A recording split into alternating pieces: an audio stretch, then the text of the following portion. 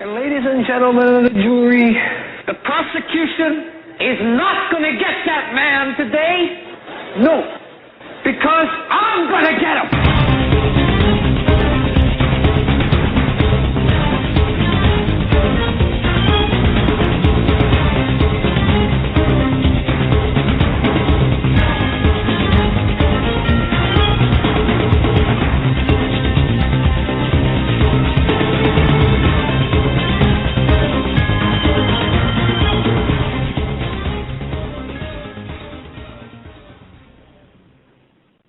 Welcome, ladies and gentlemen, to a very special Thursday edition of the Hagmann and Hagmann Report. This is a live broadcast. It is Thursday, January 10th, 2013. I'm Doug Hagmann. With me is my co-host, my son, Joe Hagmann, of course. Together, we are the Hagmann and Hagmann Report. And for the next 3 hours, you're about to experience an incredible program. Folks, we've got a very, very special guest on with us tonight. His name is Nathan Leal. He is the head of a website called watchmanscry.com. That's watchmanscry.com. But before we bring him on, Joe, how are you, by the way? Doing great. We had a busy day, and I'm really looking forward to tonight's show and hearing what Nathan has to say about the inauguration and a whole lot more that you guys are going to be happy to hear about. And so without further ado, we're going to bring on Mr. Leal. Yeah, before we introduce Nathan, I just want to say this, ladies and gentlemen, one of the things that both Joe and I have been doing is we've been looking through current events through the prism of biblical and scriptural prophecy.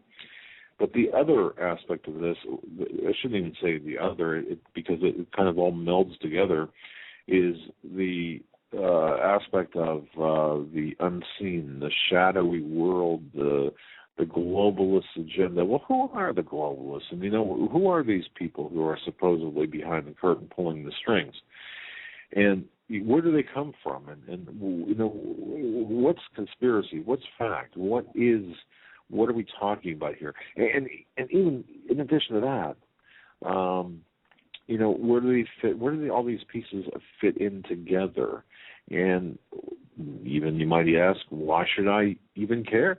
Especially, why should I care if it's not really affecting me? But it is. And the more research Joe and I do, and Joe especially, and me as well, we both of us, we work like hard at work doing research, and I got to tell you, things that we don't see, and we think when people talk about it, we think like, man, it's almost like they've got two heads when you look at them. Or when we talk, it's like people look at us like we've got two heads, like we're aliens or something. But this stuff that's going on is real. And one of the things we found that I have to say is true is that there is an agenda, a plan of a shadowy cabal of people. They are.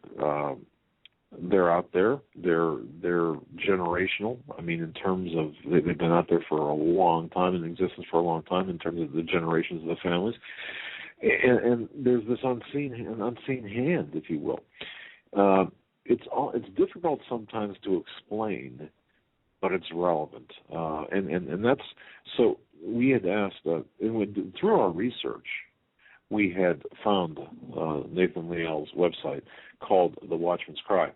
And by the way, Karen in Rome, Italy, among others, I just want to say hello to Karen in Rome, Italy, because Karen had asked us to bring Nathan on, as others have, but a special hello to Karen in Rome, because, the international aspect of our audience, where it's just after 2 o'clock in the morning there. So that's pretty interesting that Karen would be up at this hour listening specifically to this broadcast. I want to say thank you very much.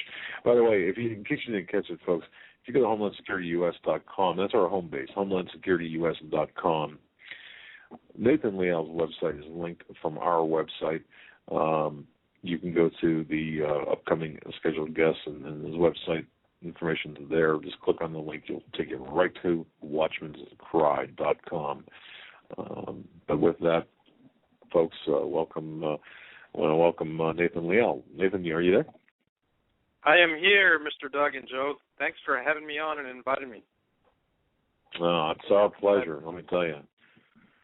It's good to hear you, and you're listening to the alerts you put out, the podcasts you put out. I've heard more intensity. I can feel things speeding up here. I can hear it in your messages that you're putting out from the inauguration to back when the election happened, how you felt, how was it possible that this guy Obama got reelected. And tonight we're going to be covering a vast array of different issues from the inauguration to different spiritual issues. And I'll just leave it to you, Nathan, to start where you would like to. Before we just toss it to Nathan, I just want to say that when we talk about the Illuminati, it's something that 5 years ago, if you would have said that to me, hey, look, we need to talk about this Illuminati, this entity, I would have laughed and said, come on, that's just a bunch of hooey and hogwash, and the stuff that angels and demons and was that the movie back then, Angels and Demons? I don't know. That was popular. This stuff of folklore, but I have to tell you, this stuff is real. And looking at it from different aspects, and it's real. So now, yeah, but of course, I don't need to tell Nathan that. But one of the things that off air, Nathan, Leal, and I talked about was the inauguration, and that's kind of where we started. And I'd ask, let's start there about the importance of the inauguration. But let's also leave time, if we can, to get into, if we have the time, to get into a little bit about the Olympics, if that's possible, the significance of some of the Olympic ceremonies, if that's possible, and if we have time for that. But most importantly, the inauguration of Barack Hussein Obama, that's coming up on the 20th of January 2013. So with that, Mr. Leal, we're going to turn you loose. What's the significance of January 20th, 2013, Barack Hussein Obama, the inauguration? Yeah, 2.0. Yeah, what's up with this? Okay. A good question, and I was speaking to Joe off the air, and Joe said, if possible, can I just give a brief foundational outline of who I am? So I just want to, for the listeners who have not heard about my ministry, I am first and foremost a minister of the gospel. That's what I do. I was called to the ministry a long time ago, over 30 years ago. I used to belong to the Assemblies of God. I was trained in their colleges. I went through all of the loopholes and pigeonholing to learn the ways of the established church. So I have been trained their way. But I am no longer a part of the Assemblies of God because there are some areas where I don't agree with as far as some of the tenets of faith. The most important one being the pre-tribulation rapture. And I want to say, gentlemen, that in these last days, God is teaching his people, if we allow him to, and if we spend time with him, if we discipline ourselves to praying, and if we learn the disciplines that the Bible tells us and challenges with. Paul tells us to, there's a whole laundry list of what it takes to be a disciple of God, to be a Christian. So that is my endeavor. Those are the things I'm after. And the reason it's very important for us to have the correct foundation is because there's a lot of deception out there. And a lot of people are listening to the wrong voices, the wrong advice, the wrong counsel, the wrong information. There's a lot of information out there. There's a lot of chatter that is going in all sorts of directions. But it says in Psalms chapter 1, blessed is the man that does not sit at the counsel of the ungodly. So we have to have our counsel from God, and the counsel of God comes from the Bible. So I want to establish that. Everything that I'm going to share tonight can be backed up with the Scriptures. And the reason that that's very important is because if any individuals that are listening may find themselves alone or they're shut-ins, they live in the middle of nowhere, and they don't have anyone to talk to, we still have our Bibles. And God can teach us what we need to learn if we seek him diligently and earnestly. So I wanted to say that right off the bat. Now, to get to the discussion of Obama and what's coming, I also want to say this. It's very, very important. And by the way, side note, Mr. Joe and Doug, if I may, I just want to say this for all the listeners. I would hope and I would wish that the program that we're doing tonight would be one of the biggest programs you have ever done in Hagmann and Hagmann history, because this message needs to be heard by everyone that calls themselves a Christian, especially those who are awake, especially those who want to be those that endure, those that are a part of the remnant, those that want to survive this thing and endure this thing and have the correct perspective of this thing. So I want to challenge you, listener. When this program is finished and you can download it, share it with everyone that you know, your pastors, your friends, everybody. The word needs to get out on what is coming, because we are facing something so gargantuan, and if the tide of the people of God goes in the wrong direction, it's going to be a colossal failure. We're going to see a lot more casualties. We're going to see a lot more people who fail, who will die. This thing is so important. We're facing the days that are similar to Valley Forge, to fighting the Redcoats, to the beginning revolution that began this nation. And the direction that we go as a nation needs to be guided by the correct counsel, because there's a lot of well-meaning people out there that are giving the wrong counsel. So first and foremost, we need to have the right counsel, and that's why this program is going to be important, because I am going to lay the entire picture so that we can have the correct perspective on what's going on right now. Now, speaking of perspective.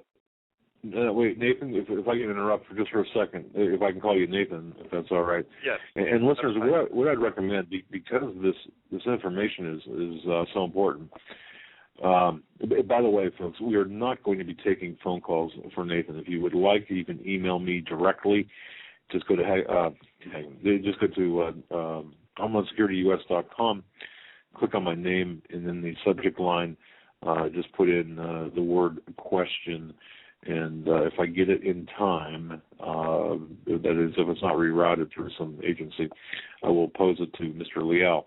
The second thing is, I would ask everyone, because of the subject matter, if you're not driving when you're listening to this, or if you're not whatever, just have a note, pen and paper handy, because there's a lot of information that Mr. Leal is going to cover, and I think it's important for you to take notes. And as Mr. Leal said, and indeed, you've got our permission to turn this to an MP3 or CD or whatever you want to call it, and pass out the information. But that said, go on, Mr. Leal. That'll be the last time I interrupt and take away from your time. So let's rock and roll. Okay. Thank you for sharing that, because I was actually going to say the same thing. Take a lot of notes, folks. So the correct perspective. It is so important that we are looking at today's events through the correct lens. And I know that at times that's a very hard discipline. It's a very hard task, because human nature wants someone to blame. Human nature wants to have a face of someone to be mad at. So this is where one of the challenges is. Also, the other question that needs to be asked. While we're looking at the Second Amendment being in jeopardy right now, and a lot of people are angry and mad and confused, and we're going to cover that, by the way, toward the end of this program. I'm going to cover a lot of questions that people are thinking about, because I've been talking to a lot of people about this. But the number one question that needs to be asked as we are looking at today's current events is this: what time is it? That's the real question. And in our earthly existence, we don't think that way. We think in a limited perspective. The physical only wants to look at the physical, but the spiritual dimension does exist. Now, another question that needs to be asked is, when are we? What I mean by that is the assessment, diagnosis of America. When we look around and we see the landscape of America, we have an appraisal. It's easy to see that there is a problem right now in the present world economy and American economy. Now, sadly, most people don't see it, Most likely they don't want to see it, but nevertheless, America right now, let me use this word, gentlemen, that most people shy away from, and I notice it scares people when you say it, but this is the truth. Right now, America is in a depression. There is no recovery. There will not be a recovery. The true statistics of unemployment, and I'm sure you've had your programs, and most of your listeners are smart. You know the real stats. We see the real unemployment. We know that it's way off the charts. We know that the foreclosures are off the charts, historical. We see that we are looking at a historical numbers as far as Americans on food stamps. We're approaching 50 million. Poverty has now reached almost half of the households in America. The middle class of America is vaporizing. College graduates cannot find work. We can go on and on, but folks, this is not a recovery. In spite of what the talking heads say on mainstream news, and in spite of what might be said and stated from the presidential pulpit, there is no recovery. We are not in a recovery, and we are not in a recession. It is a depression. So let's admit that, first of all. Now, why are the stats wrong? Why does the mainstream media not tell us the true stats? Why do they tell us a different story? Well, first of all, the stats are telling the real story, so what that means is somebody is lying. And it's not, the stats are not lying. All we have to do is drive down the streets of most cities in America, and we can see what the true statistics are. Now, why is this happening, though? And getting back to my original question, where are we? When are we in the timeline? And what time is it? Is America in a depression right now because of an accounting error? Is it a human's fault? Is it Tim Geithner's fault? Is it the Democrats' fault, the Republicans? Is it bad policy? And you see, gentlemen, most individuals, God bless them, on Blog Talk Radio right now in the alternative media, they want to blame a human. They want to blame a face. They want to blame a name, a party, a political leaning, an idealistic thought. But what I just mentioned is the overgrowth of foliage. Those statistics that I just mentioned, that's foliage.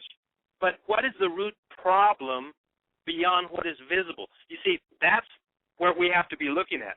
In other words, beyond the physical lens. And when we do that, and when we're willing to do that, then we start getting some results that are very disturbing and results that we really do not want to entertain.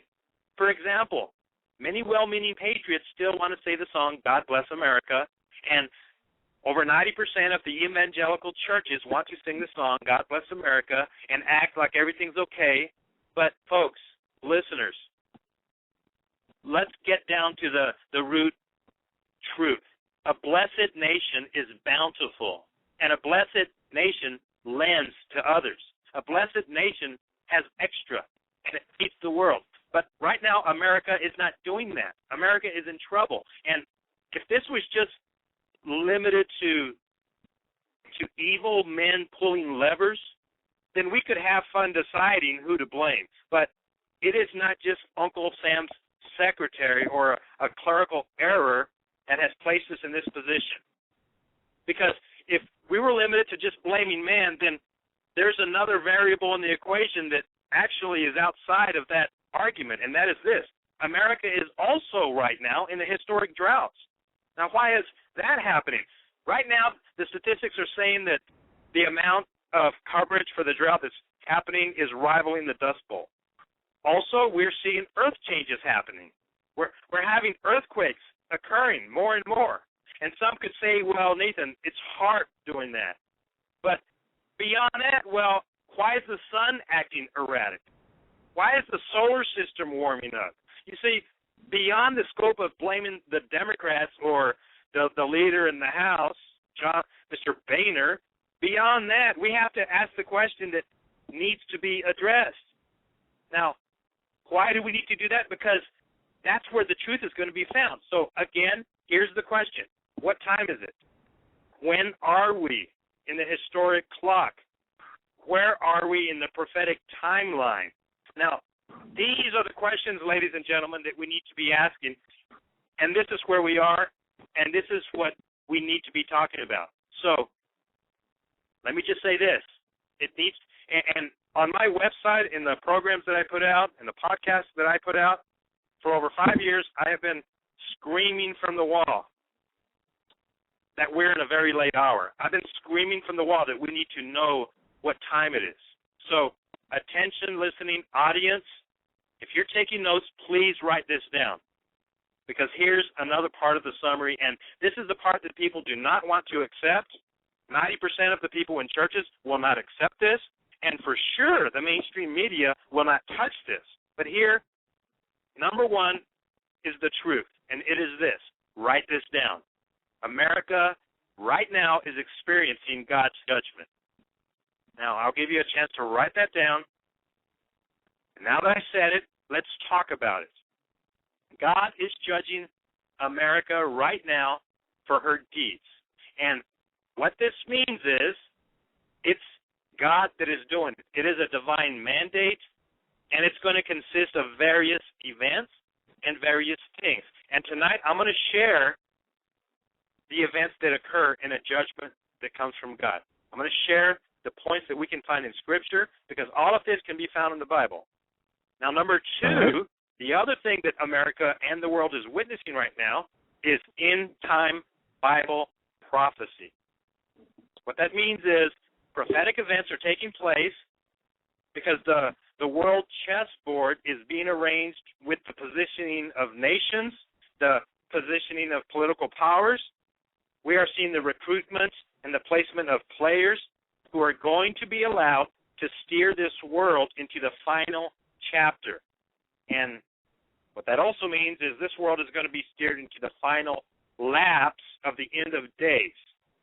And based on what I just said, it's crucial that all of us not only are curious to understand, but all of us need to seek to understand the complete picture, which includes all of the participants of the present narrative, the present story. Now, Doug, you mentioned at the beginning of the program, this thing's going to affect everyone, and you are exactly right, because the other thing that everyone must come to terms with, in spite of denial, in spite of resistance, in spite of trying to change the subject when you're sharing with your friends, it doesn't matter. The entire planet's going to participate. And that means that we're going to participate in it. All the citizens in your town, on your street, on your block, the people sitting next to you at church are going to participate in this thing. The people that live next door to you that you go to work with, family, friends, humans throughout the world are going to participate in this thing. Also, God and his angels are going to participate in this thing.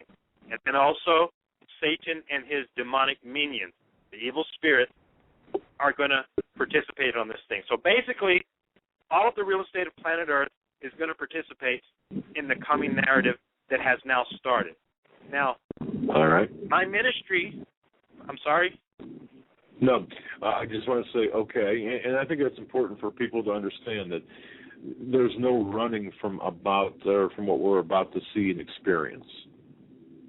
There is no running, and the sad part, Doug, is, when I'm out and about and I go into a hardware store or a Walmart or wherever I might be, I talk to people, and out of curiosity, because I want to see what their heartbeat is, I throw out some questions. I ask them, so when's the recovery coming? And then it's interesting on all of the answers that you get. Now, if you ask a real estate agent that question, they'll tell you the recovery is already here. And, of course, you might smile and laugh. But if you have enough information, then you can ask the next question. Are you – because when people tell me that we're in recovery, or when a real estate agent tells me that we're in a recovery, I then ask the question again to them, and I say, okay, I want to ask you the question again, and I want you to tell me that answer with a straight face. I want to tell me like you really believe that. And then at that point, they start stuttering, and they say, I got to go. Thanks for being here. Here's my card, and they leave. But people do not want to face what's going on because, by nature, Americans are optimistic, and that's good. But what we are facing right now is shattering the paradigms that we grew up with and what we are used to and what we are willing to accept. And my ministry has been dissecting this story, this narrative, and sharing it for years. So I just want to say, and Doug, thank you for announcing that, all of the information that I'm going to share tonight can be found on my website. I have over 200 audio messages. They're free. You can go there, listen to them, and get familiar with the information there. Now, when God decides that it's time to judge a nation or a people or a kingdom, he always warns in advance. Now, that's one of the most important things that must be stated and that needs to be understood, because he cares for everybody. He loves humanity. He loves the person out there that's living under a bridge, that has left his family and is addicted to alcohol. He loves them. If you're listening to this in a motel room and you're all alone and you feel abandoned, listener, I want you to know that God loves you. And so what he is doing right now is he's been recruiting voices and messengers, and he has been raising them up and equipping them with the information to tell the world what time it is and what's going on. And Doug and Joe, God bless you guys. God raised you up, and you landed on the ground going 300 miles an hour. God bless you. But he's raising up voices to announce to the people what's happening. Now, the challenge in doing this Nathan, I want to say this. That was not our intent, by the way. And I believe, like, you're very similar to your life and how you are, and other people listening to this. It's not necessarily our intent. It's what God does, where God puts us, all of us, the collective us, by the way. And we've got the road rash to prove that, he's striking the ground at 300 miles an hour, or, So I just want to say it's not what we have planned or what we planned or what we set out to do, but what God, put us out to do, set us out to do. So, but thank you. Go ahead. And thank you for that. And I also want to say this to the listeners that are out there. I get emails from individuals who say, Nathan, God has been stirring me. I've been backslid, but I am now finding renewal with God. I've come back to him. I've repented. And God is bringing people back to him by the hundreds, by the thousands, and he's plucking them out from the world right now, and he's stirring them up, and he's awakening them. And some of them, he's calling them to also be watchmen, to be messengers, to be voices, to warn their friends, family, because listeners, you will touch people that the Hagmanns cannot touch or that I cannot touch. But together, every one of us can be a voice and touch the people that God has placed around us. So I just want to challenge, if some of you are experiencing something like that, it's a God thing, and continue seeking and just submit to it, because God is raising up his messengers. He always does this, and that's what I wanted to say. When God raises a messenger, first, he has to allow events to happen in the person's life that pours out and purges and refines that person first, because they can't be full of themselves. So what God allows to happen is he allows them to be shaken, stirred, and poured out, and he allows events to come into their life that will give them a renewed perspective of what's important, of family, of spiritual renewal, and the things of God. And he is also doing that worldwide. He's doing that to many, many people in America, and we're going to talk about that further and further on in this broadcast, because that's the bottom line of why God allows judgment.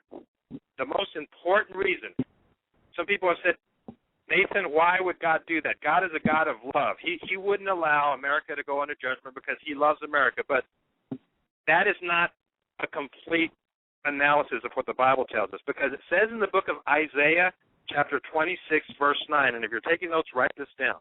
It says, for when his judgments are in the earth, then the inhabitants of the earth will learn righteousness. And many times that's what it takes for people to be awakened. So God is going to allow America to be shaken and the world to be shaken for a reason and to get a result. And I also want to say this. I'm not just sharing these things to spook everyone, to scare them, and to tell them that there is no hope, because there is hope in God. And that's going to be the final portion of this program. So please listen to this in its entirety. God has a reason, but he loves his people. Now, before he judges a nation, as I was stating, he warns them first, and he lets them know what is coming in advance. And in order to do this, he raises up messengers, and he gives the messengers different gifts.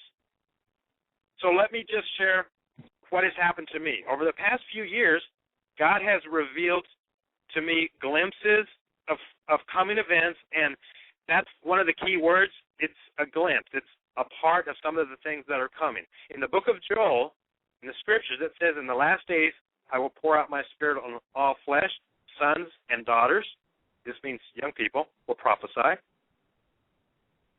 People will see visions. Young men will dream dreams. And when that happens, it's going to stir people like never before. And Doug and Joe, I get emails from people every day that are telling me that they had a dream that was unlike any dream they have ever witnessed. And the dreams are of events that have to do with tyranny, martial law, very spooky Hollywood production level images and glimpses of things that are coming. And this is what's amazing. God is doing this worldwide to his people. He is sharing his prophetic dreams and visions to his people. So again, listeners, if this might be happening to you, I want to encourage this. You're not crazy. But if you share it with some people that do not understand this gifting, they will think you're crazy. So I would just advise you to write it down and to seek the counsel of mature Christians, pray about it, and see if you can back it up in the Scriptures. So that's a side note. Now, the glimpses that God has shared with me.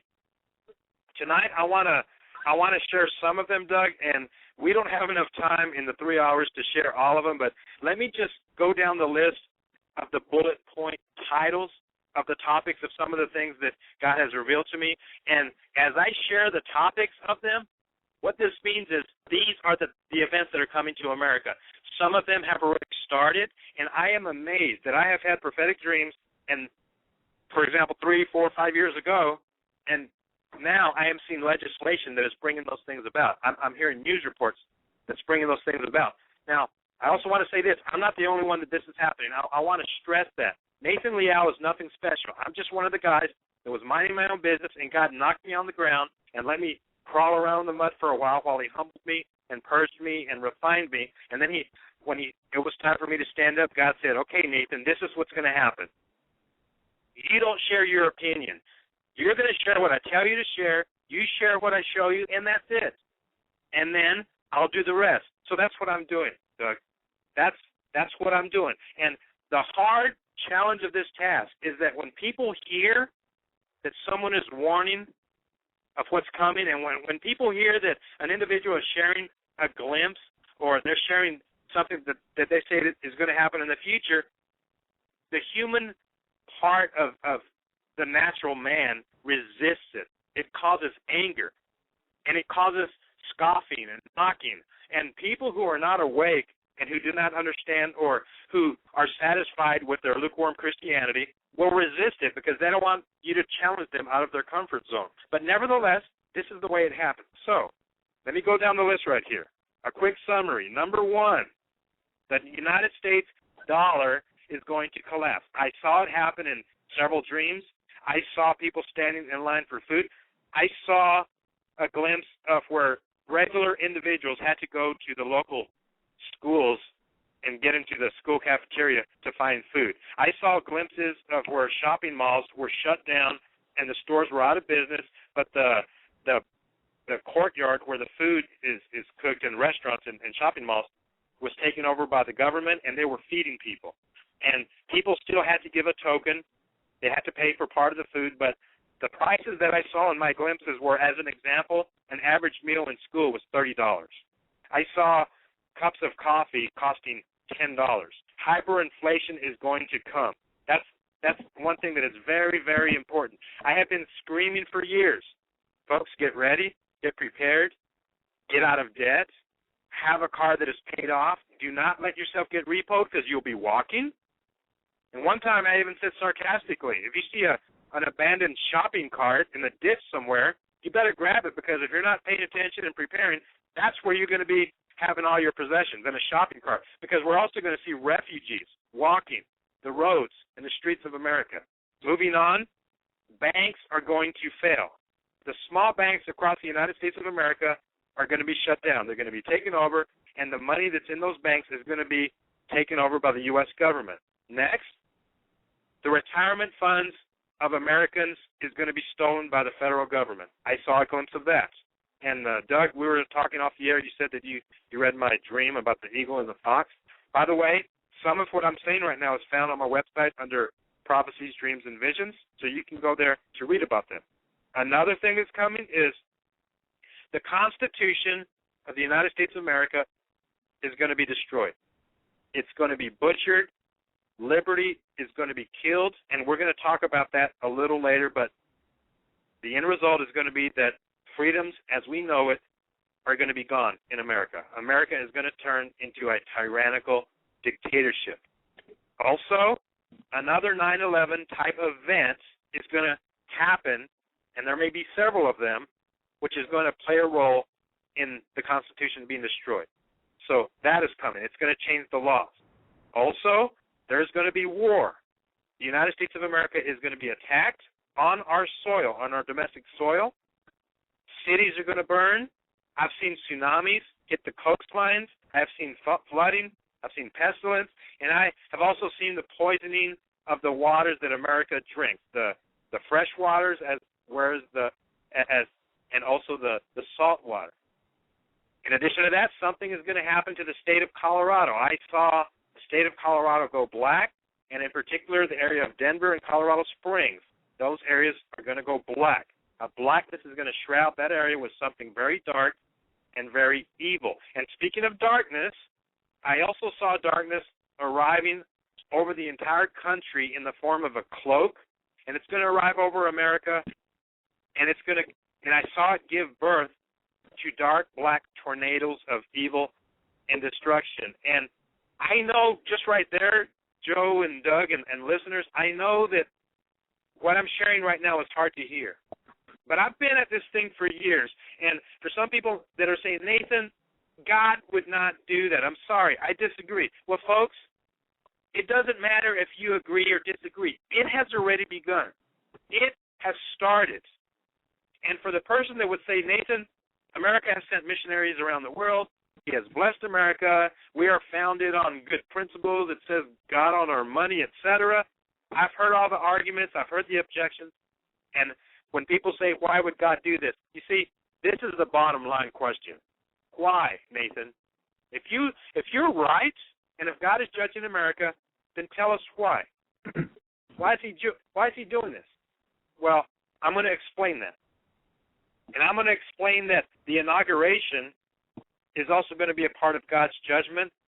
But as I explain these things, again, it has to be approached from the right perspective. So let's talk about the judgment of America, because this is one of the foundation things that needs to be understood. And I call this the fourfold judgment. I have explained it on my website. I have articles about it.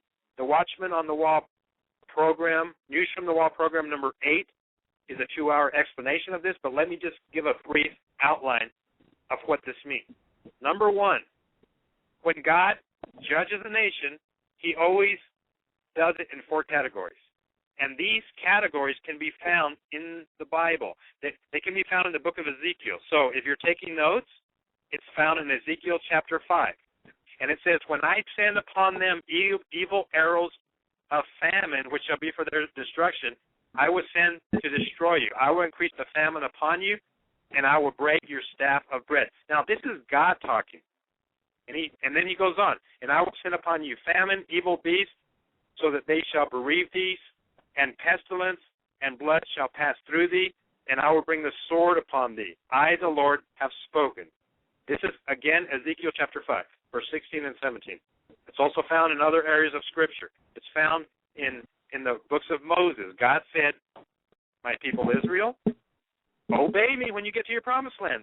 But if you don't, here is what will happen. And God went into the details. Now, in America, right now, in the present narrative of America, if we were to actually itemize the things that we see happening in America, it is incredible that they are actually falling under the categories of what I'm about to mention in the fourfold judgment. Number 1, famine.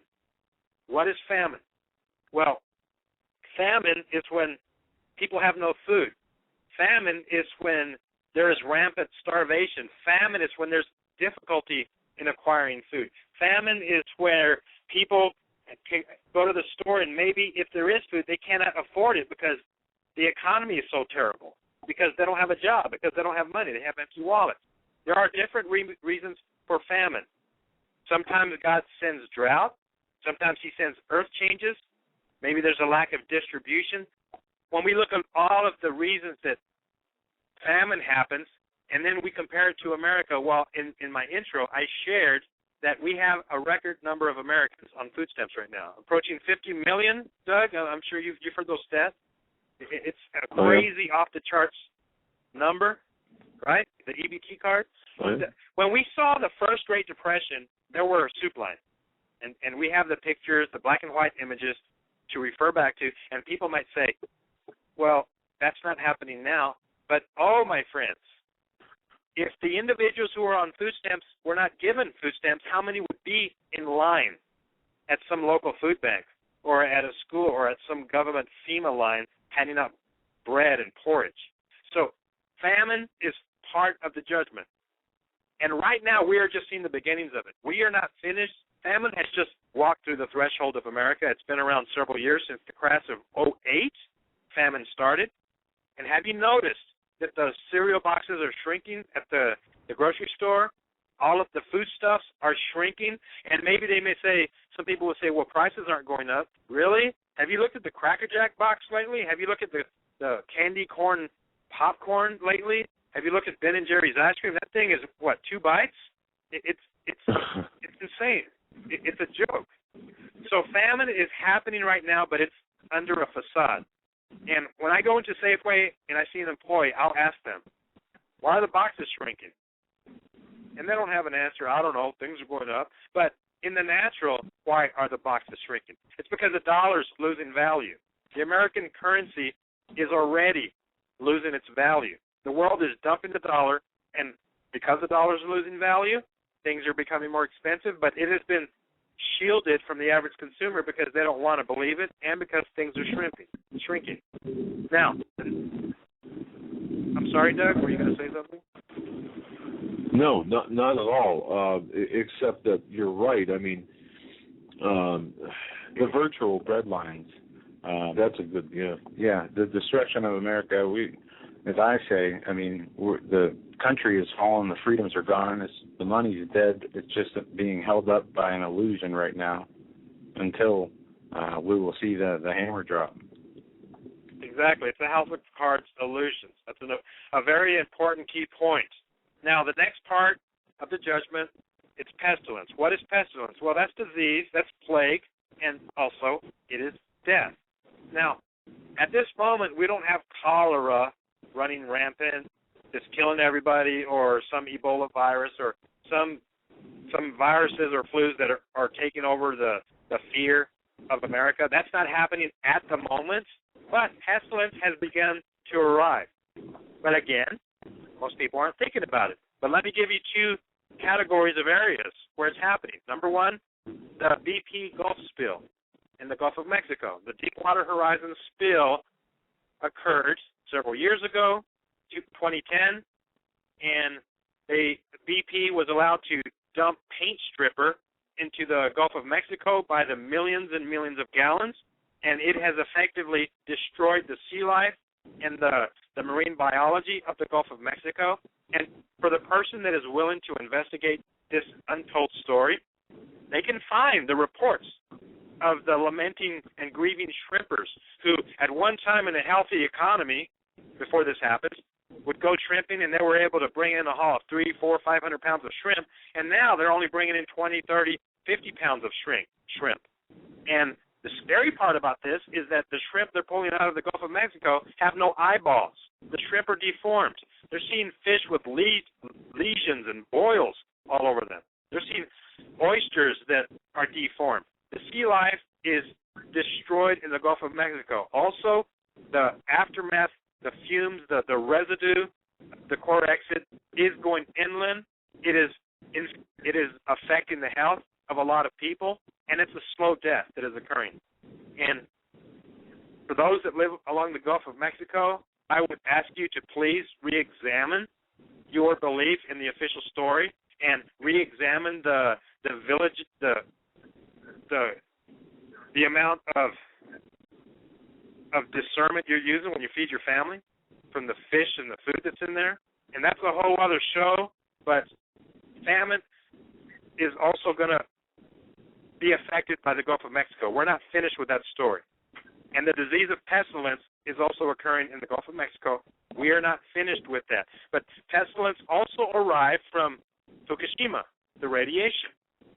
How many rads of radiation came across the ocean in the ill winds and came down as rain in California and on the West Coast or in the Midwest or all the way to the East Coast? How much radiation poisoning really happened, gentlemen? How much leukemias have started because of that already? How much cancers have already begun? How many infants have already died because of that? That's the other untold story. But that's another part of the judgment, pestilence. And when that event happened and when the Gulf spill happened, I went and I asked God, is that the completion of your pestilence and the waters being poisoned? Because he gave me a prophecy several years ago that said that he's going to poison the waters of America. And I asked him, were we finished? And God made it very clear. No, we're just getting started. There is a lot more coming. The fresh water of America is going to be poisoned in the future. Water is going to be undrinkable in the future. That's coming.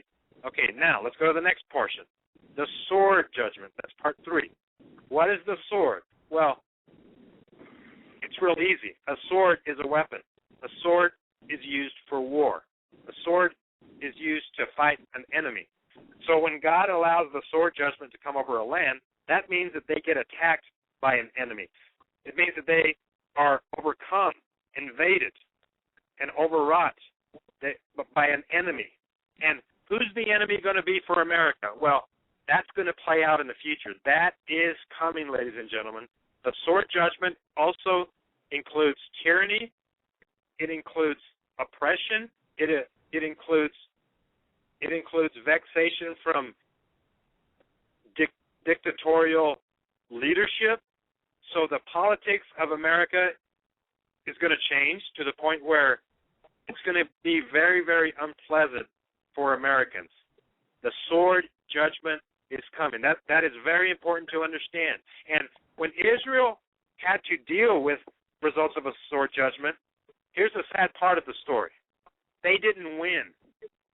They were overcome. They lost because God wanted them to lose. He needed to make his point. He needed to allow them to get the message. And one of the unfortunate languages that humans only understand is the language of pain and discomfort. One of the unfortunate languages that Americans finally succumb to that gets them to look up to heaven and say, oh, God, I now see that you are real. I now see that I've been ignoring you. It's the language of pain. So America is going to experience the sword judgment. And then finally, this is the one that we're going to concentrate in a good portion of this program. That has to do with the evil, noisome beast part of the judgment. Now, what is that? In the Old Testament, when God allowed the beast judgment to take place, it occurred in two manners. It occurred in two worlds, in two perspectives. Number one, it occurred in the physical realm, where actual animals, lions and bears and crazed, rabid birds would attack the people. God allowed the people to be overcome by animals. But in addition to that, the word for noisome beast, when we look the word up in the Old Testament, the word noisome means evil, and when we cross-reference it with other references to evil and beasts, then we start seeing a different picture. We start seeing that God has given us a glimpse of the invisible realm, the demonic realm, the realm of fallen angels and demons, and this is the realm where God allowed Israel to be overcome by fallen spirits, by evil, by demons. Now, why in the world would God do this? To the natural person listening, they'd say, Nathan, that's crazy. God loved Israel. He would not do that. Here's why. Because God always allows choices to his people. And the choice that he's always made clear is you either choose me or you choose the world. You either choose to worship me or choose to worship Baal.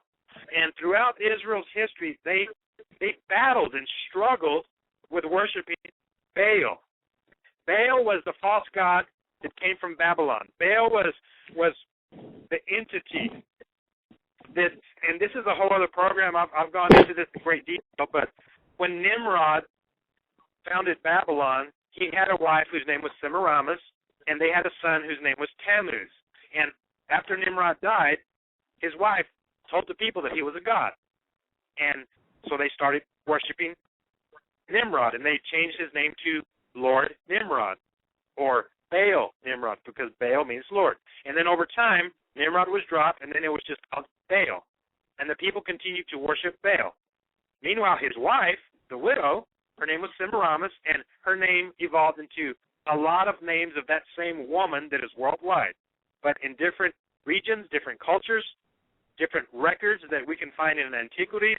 It's the same woman, and it goes back to Babylon and Nimrod, and her name evolved into Asherah, Ashtar, Ishtar, Venus, Diana. It's the same person. The pagan worshippers of witchcraft, of the esoteric arts today, still worship this entity.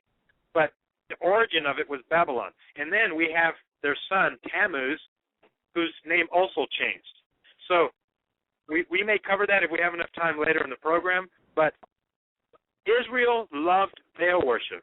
Now, when I was a young Christian, I always wondered to myself, why in the world did they worship statues? That's dumb. Why would God's people struggle with that? When the children of Israel saw the pillar of fire when they escaped Egypt, and they saw the cloud and the Red Sea parted, and they saw God in his majesty, why in the world would they worship a dumb statue? It doesn't make sense. And to our natural mind, it does not make sense. But this is part of the history that is very rarely spoken about, and it is this. Baal worshipped in its true form way back then was actually a sexual ritual. And when Baal worship took place, it turned into a fertility ritual, which also included orgies and immorality and fornication. And so a true Baal worship session appeased to the flesh. So that is what the attraction was. It was sexual. And when we look at the downfall of America today, it's the same thing. The sexual revolution that started in the 60s has now been the downfall. Exactly. I was going to say, otherwise known as the 1960s and 70s, for those people old enough to remember that. Right. Yeah, okay. So God told Israel, knock it off. And he would raise up voices, he would raise up prophets to go to the Israelites and say, God sees what you're doing, and he wants you to stop. This is your last warning. And usually the people would throw rocks at the prophets and the messengers, make fun of them, and kill the messenger, and then what would happen? God would allow the evil beast to invade. Now, what were the beasts? Well, when they worship Baal, Baal is a false god. And in Baal worship, that is the other portion of the ceremony that's included, is evil spirits, demons. So God said, okay, if you really want to worship these demons, have at it. I'm going to pull away my hedge of protection over you, Israel, and I'm going to allow more demon spirits to come in, and some of you are going to get demon-possessed, and you're going to go mad, you're going to go insane, you're going to be frothing at the mouth, and you're going to commit suicide, and it's going to be a sad end for you, so here you go. And we have seen this story over and over, this account over and over, when the children of Israel said, we want flesh, Moses, we don't want the manna, the angel food, we want flesh, give us bird food, give us meat. So God said the same thing again. Oh, you want flesh? I'm going to let you have flesh till it's coming out of your nose. And we see the account in the Old Testament. So the judgment of evil beasts is when God says, I've had it. If you really want to play with darkness, if you want to play with these demons of these strongholds of lust, and adultery, and fornication, and murder, then I'm going to let you really see what they can do. So in America, now, ladies and gentlemen, this is what is so, so important. America is going to be allowed to be invaded by evil spirits, by demons, by fallen angels. God is going to allow a swarm of slime, of darkness, of evil pollution to infect America. And I have stated in my previous programs that in the physical realm, when this happens, how is it going to look? Well, it's going to look like what we saw in Florida when the home homeless person took off all of his clothes and ate the face of the other homeless person. You folks remember that? Remember that, Doug? Bizarre. How bizarre!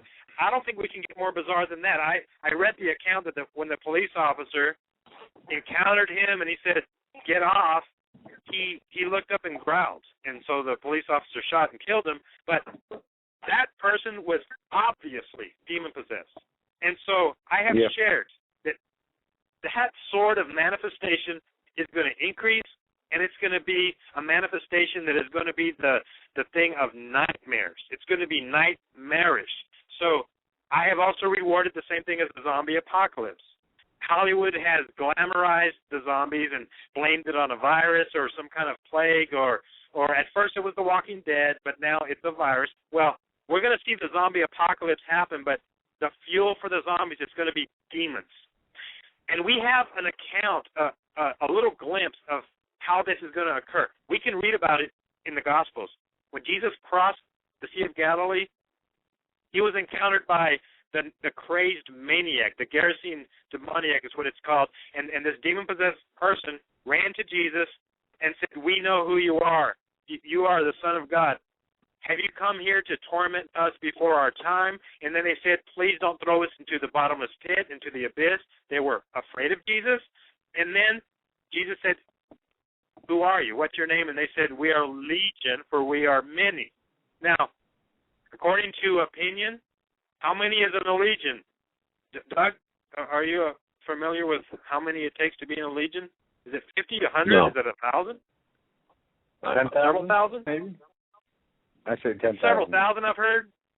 I've heard different numbers, up to 6,000. But this guy had demons in him, and he was also naked. The account tells us they put him in chains, and he was able to break the chains, and he would take off his clothes. Now, when we look at the Florida account of the face eater, the cannibal, we see the same thing. He took off his clothes. Same thing. Demon-possessed people take off their clothes and go crazy. And during a short period of time, God was giving us a glimpse of what's coming, because over the next few weeks, I read probably 5 to 10 different accounts of where across the entire country and several times in Florida, people who they say were on bath salts took off their clothes and started turning into cannibals. But it was demonic. This was a glimpse of what is coming. It's an attack of evil beasts. Now, Doug, I'm looking at the clock. How are we doing? Are we going to take a break, or do I keep on? Well, we're up, getting close up against the top of the hour, but I just want to recap, Mr. Leal. As the first hour we just went over, just to recap here. So some of the glimpses, and one thing I liked that you pointed out here was that God raises up messengers as watchmen to warn nations, and some of the points you covered, and folks, in case you're joining us late, some of the points that Mr. Leal covered is some of the things we're going to see here inside the United States is our dollar is going to collapse. And of course, the high inflation rate is coming. It's going to lead to many refugees. Banks will fail. They'll shut down. Retirement funds are going to be stolen from the government. We're going to have a 9/11 type event or series of events take place. Tyrannical government, of course. Our Constitution is going to be sabotaged. War is coming to our shores. The United States is going to be attacked. We have there's a darkness that you spoke of overtaking the state of Colorado, specifically the Denver area, but throughout Colorado, it's a kind of a black cloth, if you will, over Colorado. A cloak of darkness all over America. Those are some of the glimpses that you were provided. And then, of course, you talked about the judgments being famine, pestilence, judgment by the sword, and also you had made some equivalencies with Israel. So that about covers what you've gone through the first hour, laying this foundation for what we're about to see. Is that a pretty accurate recap, Mr. Beautiful. Leal? Yes, that was a very good summary. Yes. All right, folks, you're listening to the Hagmann and Hagmann Report. I want to thank you, Nathan, for keeping us on target here. Sometimes we do broadcast, simulcast on AM stations, and sometimes they yell at us for going over. Folks, you're listening to the Hagmann Report on this, the 10th day of January 2013. Our very special guest is Mr. Nathan Leal. He is the head of the website watchmanscry.com, which is accessible via our website, HomelandSecurityUS.com. That's HomelandSecurityUS.com. We'll be right back after 2 or 3 messages. Stay with us.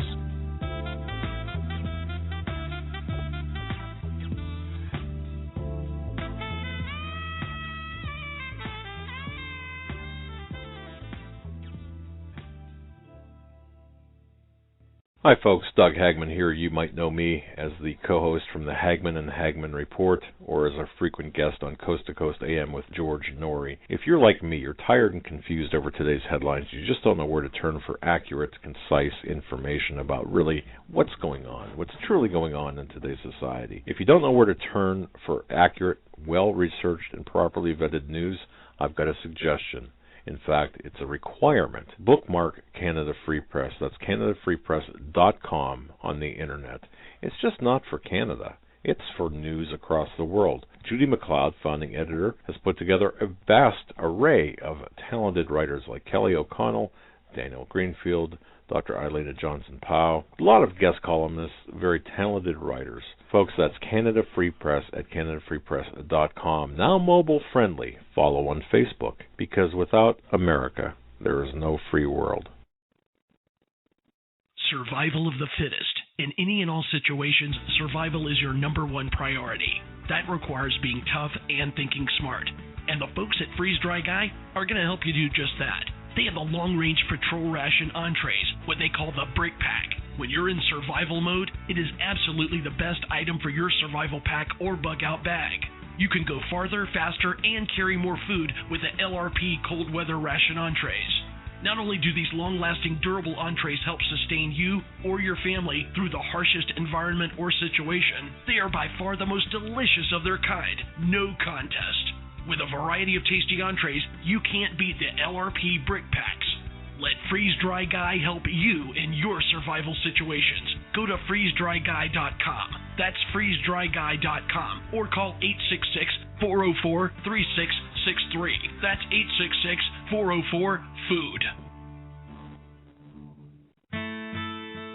You better wake up fast and listen to this, America. The Obama campaign has launched attack squads disguised as truth teams dedicated to intimidating and silencing all political dissent carried over the internet that criticizes the Marxist Obama.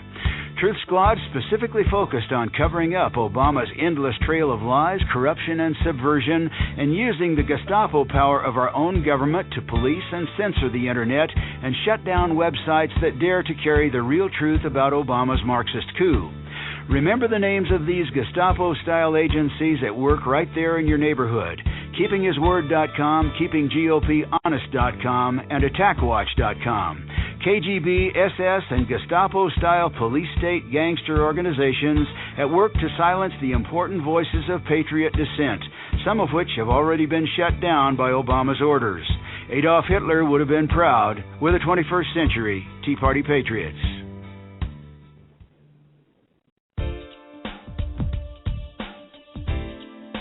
Hold on to your seat. The Hagmann and Hagmann flight is now taking off. Doug and Joe Hagmann have cleared the runway of TSA agents, jihadists, political crackpots, and global elitists. Now get ready for some real news. Here they are, Doug and Joe Hagmann.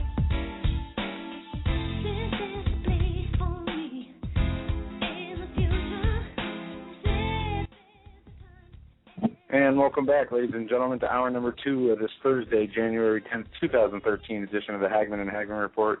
We are blessed to be joined by very special guest Nathan Leal of watchmanscry.com.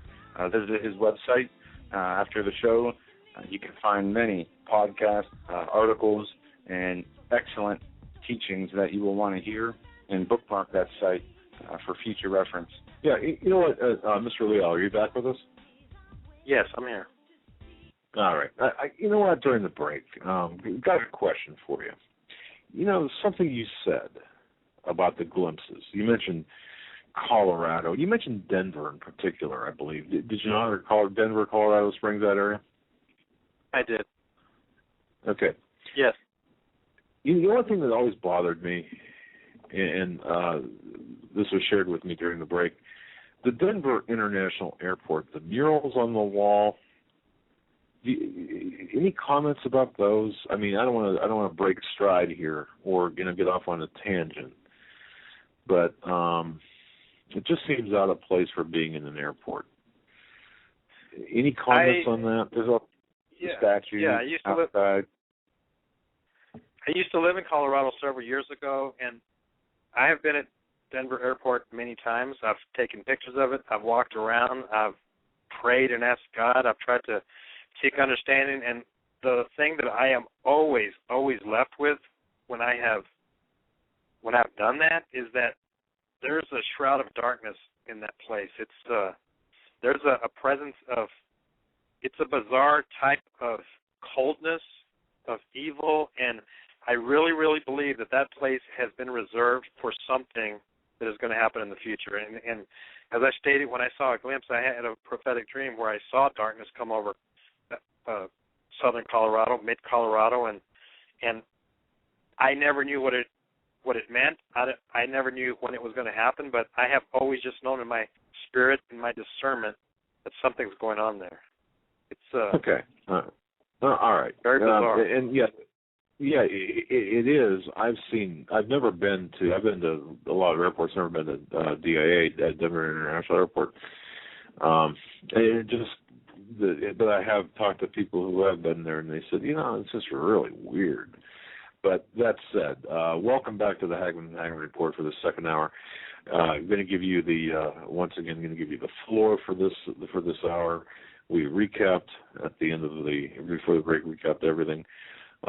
Go ahead and pick it up from here, Mr. Leal, where we need to go, knowing, of course, that in your sights is the inauguration and the importance of that date and the time, that checkpoint in history, what's going to happen there. But even before that, I'm going to let you set the stage and set the pace. So take it away. Okay. As I have been part of this discipline, part of this calling for the last several years, I have spent a long time, many times, hours and sessions where I've been on my knees crying out to God, asking him what to do, what to say, what does he want me to share, wanting his utterance, because you see the bottom line of this is we can't give the utterance of our head. We can't share from our own logic. It needs to come from the Holy Spirit. So I spend time to make sure that I do that. And when I've sought God over and over, I have said, God, is it going to be stopped? Will it turn around? And unfortunately, up to this point, gentlemen and listeners, the Holy Spirit has told me that no, the events are going to play out and they're going to sting. They've already started.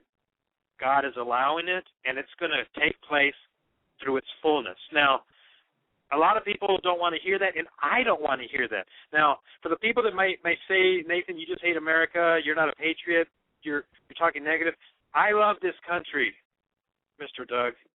I grew up as an American citizen. I went to baseball games in Houston when I was growing up, and hundreds of them. I would watch the Astros. I did the apple pie in baseball, and I would get the tear in my eye when the Jets fly over at different sports events. And there is a part of every red-blooded American that makes them proud to be an American. Even to this day, there's something that's very, very special because that's where we come from.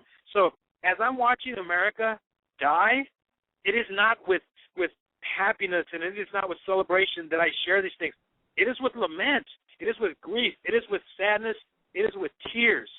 There have been many times where when I was recording the program, I had to shut off the recorder because I couldn't go on. I was too broken, and then I had to compose myself and turn it back on and finish my program. And this thing is not a good thing. It is not happiness. So I love this country. I want to say that. I'm disappointed on what's happening, but I am grieving the death of America, just like I'm pretty sure 99.9 of the listeners are doing it, and just like you, Doug and Joe, are doing. So when I pray to God, I say, God, will it be stopped? God says no. And when I say, God, why not? The Holy Spirit says, you know why not. It's in the Word. And we know what the Word says. The Word says, if my people, that famous verse that we've all heard, if my people who are called by my name will humble themselves, turn from their wicked ways, etc., then I will heal their land. I will stop it. I will turn it around. But here's the sad part. That has not happened. In fact, quite the contrary. America is backsliding. America is turning into an infidel. America is experiencing her metamorphic fall and change into something that we no longer recognize. Now, on January the 20th, we're going to have the inauguration on Sunday, and I'm going to talk about that in a moment. But the day after, on January the 21st, Martin Luther King Day, they're going to have another ceremony on TV. And then the day after that will be the 40-year anniversary of Roe versus Wade, which legalized abortion in the United States of America. And if we were to consider that event right there and the proximity to the inauguration, one who is observing and discerning would need to scratch their head and say, is there a connection? Well, when we look at the 40-year anniversary, and when we consider that in the last 40 years America has butchered over 50 million innocent babies, that cannot be forgotten. That means that an entire generation has lived while innocent babies have died. 4 decades. Now, has God forgotten that?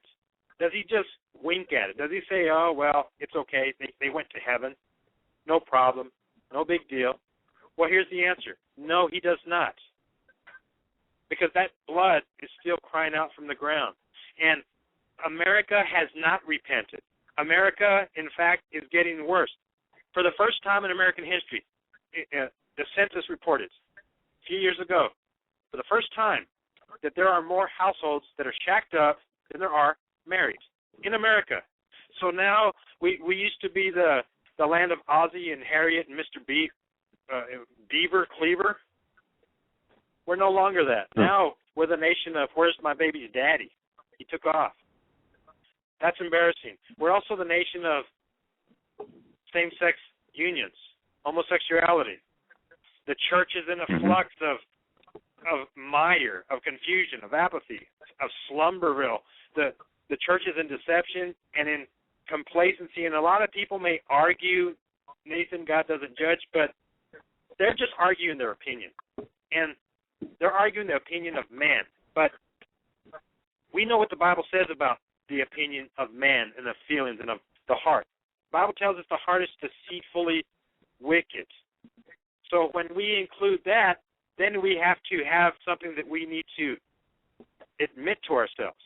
And listeners, I know that there are spiritual conditions all over the map in the audience right now. We have people who love God very much. We have people who are struggling. We have people who are thinking about it.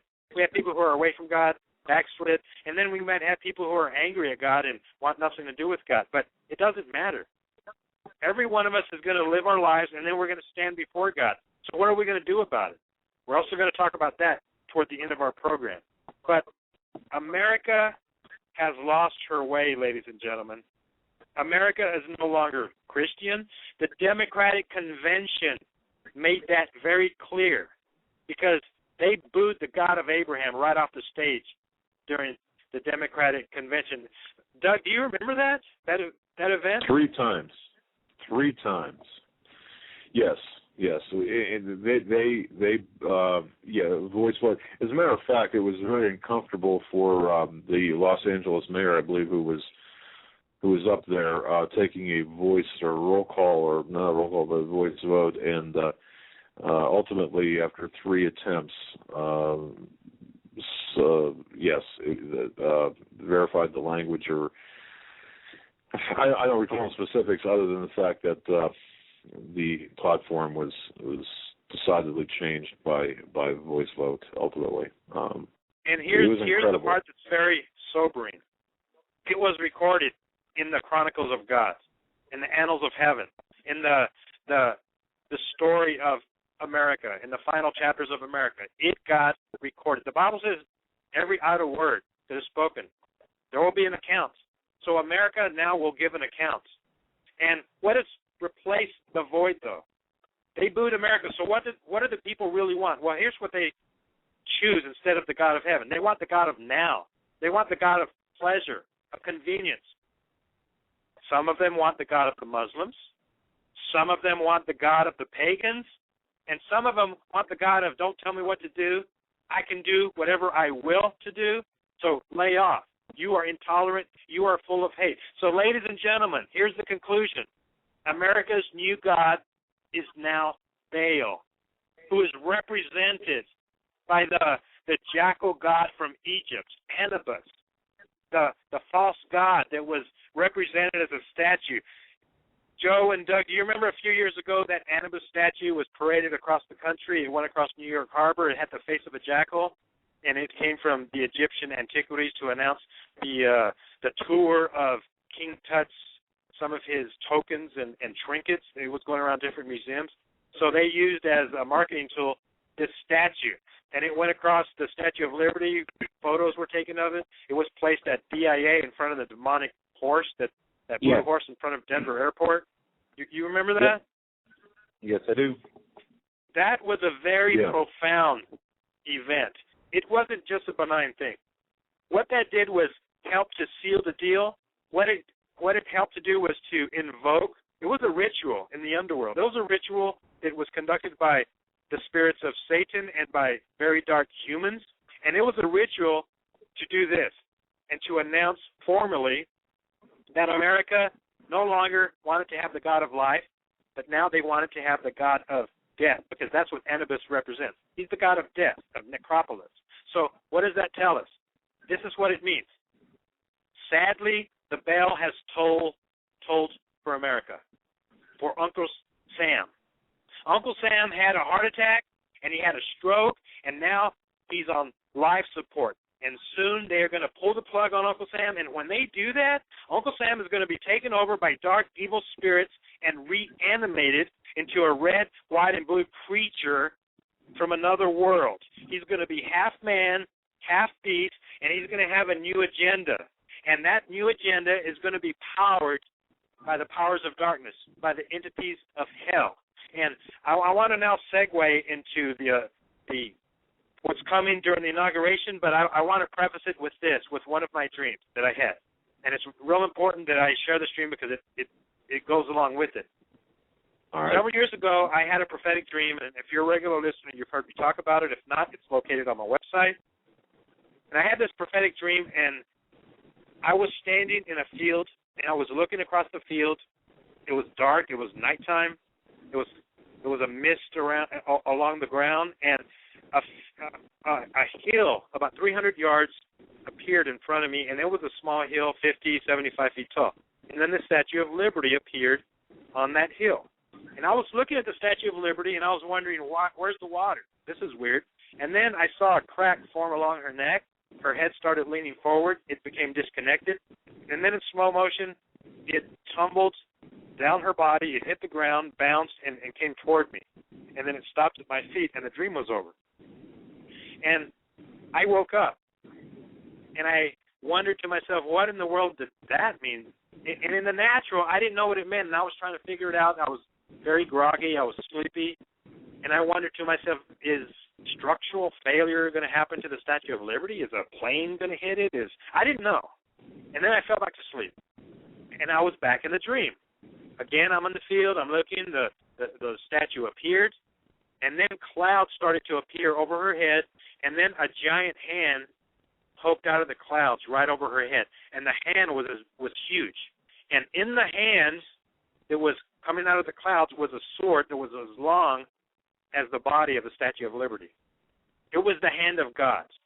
And I saw the hand rear back with the sword, and then it came forward, and it chopped her head off. And then the same thing happened. The head fell to the ground, bounced, came toward me, stopped, and then I heard the voice from heaven say, Liberty will be decapitated, and the dream was over. When I woke up then, I had a better idea of what it meant. Were you going to say something? Yeah, when was this dream, Nathan? This happened in 2008, I believe, approximately. All right. It was a long time ago. And I even have it. Okay, February the 2nd, 2008 is when I had it. Okay. Okay. Okay, when I woke up, I told my wife about it, and my policy is to always seek God before I publish a dream and ask Him. Sometimes I'll hold on to it for a while. Sometimes I won't even share it, and there are some dreams I still haven't shared to this day because I'm not released to do it, but I sought God over the course of 3 days, and on the third day, God started to speak to me. It was very late at night. The family was asleep. I was in my basement on my knees praying over my couch, and I had a notepad with me, and I was seeking God, and I said, God, I need to know what you meant by this dream. And then God started to speak. He said, an event is coming to the United States, and it's going to be a horrific event.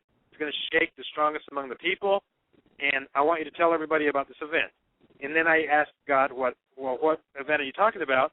And He didn't answer that question. He kept going, and He said, I want you to share with them that it's going to shake the strongest among them. It's going to be so unbelievable. And now He has my attention, and I started to grieve. I started to lament. And I said, God, what kind of event are you talking about? And then God said this. He said, I want you to tell them to pray for the protection of their children. When this event happens, pray they are not separated from their children when it happens, and tell the people to pray for their children.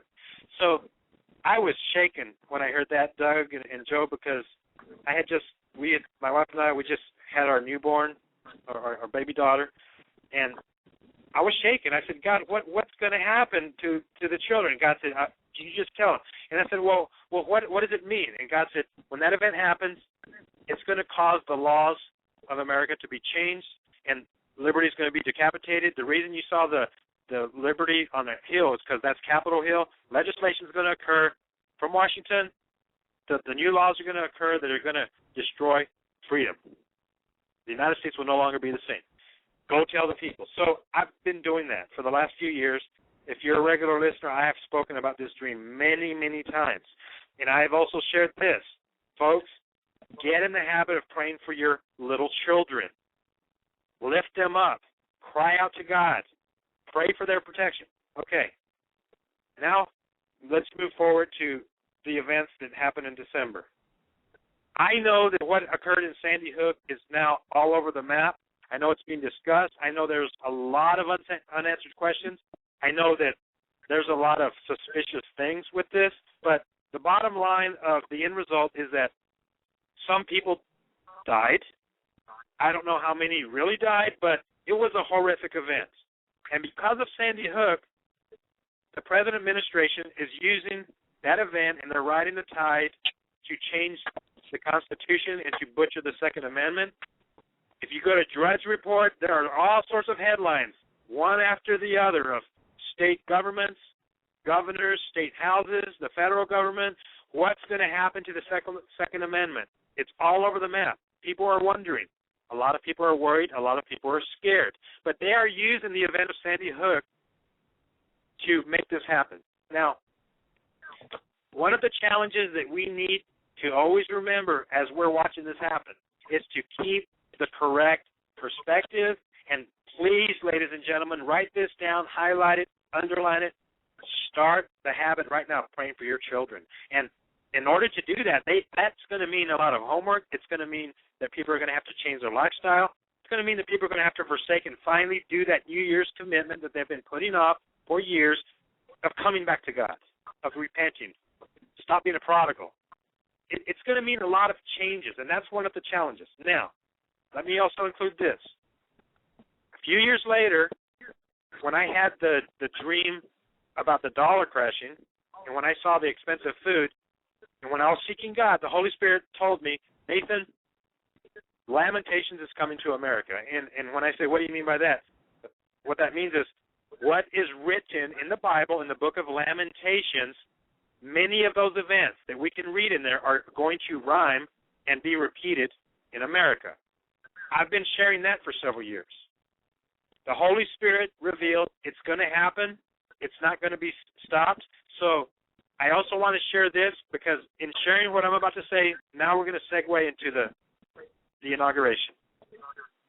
The book of Lamentations was written by the prophet Jeremiah. Jeremiah lived during the Old Testament times, and God raised him up, and God gave him the assignment to go warn Judah and Jerusalem, to warn the people that judgment was coming. And he had this assignment for 40 years. That's a long time, gentlemen, 40 years. His assignment lived through 5 different monarchies, 5 different administrations, if you will, of kings that came and went. Finally, the 5th king, his name was Zedekiah. He was the king of Judah, of southern Israel, Judah. Jerusalem was the home base. And Jeremiah had been telling Zedekiah, judgment's coming. But when we look in the scriptures, they tell us that he did evil in the sight of God. Zedekiah did not repent. He didn't do what he was supposed to do. Now, looking at the background of this individual, Zedekiah, well, he was placed in power over Jerusalem by Babylon's leader, Nebuchadnezzar. Because Nebuchadnezzar he had his takeover of the world at the time, and he was bulldozing over different regions, over different kingdoms, and what he would do was place vassal governments up. He would raise them up and place the puppets in there, and he would tell them to leave, he would tell them, I'll let you be the king as long as you give me your loyalty, and everything's going to be fine. You send me some of your goods, your taxes, etc. Everything's going to be okay as long as you obey me. So Nebuchadnezzar showed up 9 years previous to the fall of the attack of Jerusalem, and he placed Zedekiah in power. Over the course of 9 years, Zedekiah did not like it, and he started thinking to himself, I wish I could get out of this. I don't like Nebuchadnezzar telling me what to do. So Zedekiah went to Egypt, and he spoke to Pharaoh, and he said, hey, Pharaoh, will you watch my back if I rebel against Babylon? But Pharaoh wanted nothing to do with that because Babylon was the main kid on the block, if you will. He was on top of the mountain. He had all the big toys at the time. They were the empire, Babylon. So Nebuchadnezzar caught wind of what Zedekiah was thinking, and Nebuchadnezzar got mad. What?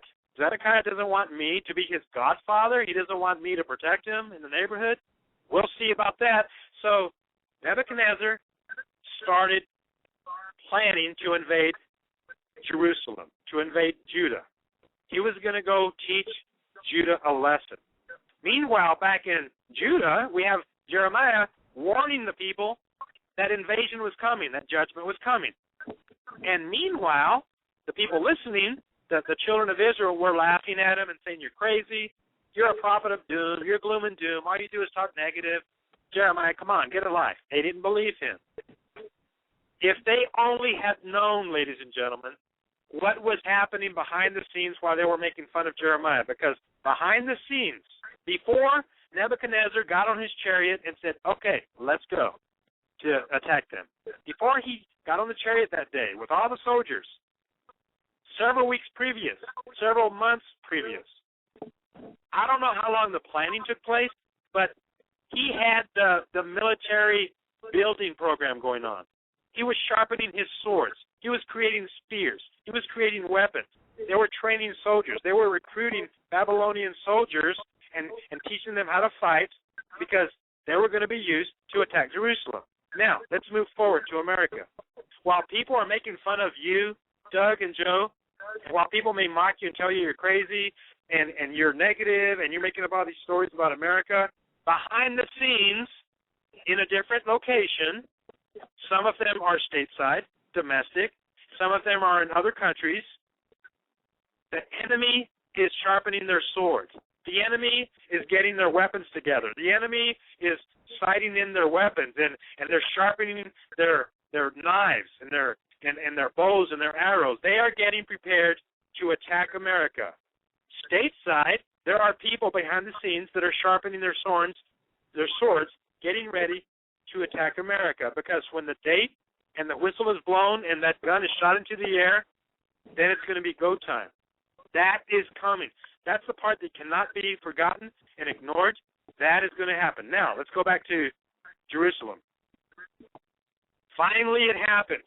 Nebuchadnezzar got on his chariot. They went on the journey.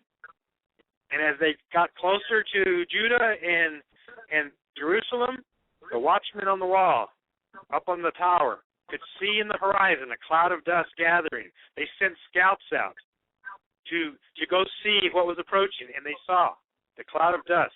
They saw the thousands and thousands and thousands of imposing armed soldiers who were going to come and wreak havoc to Jerusalem.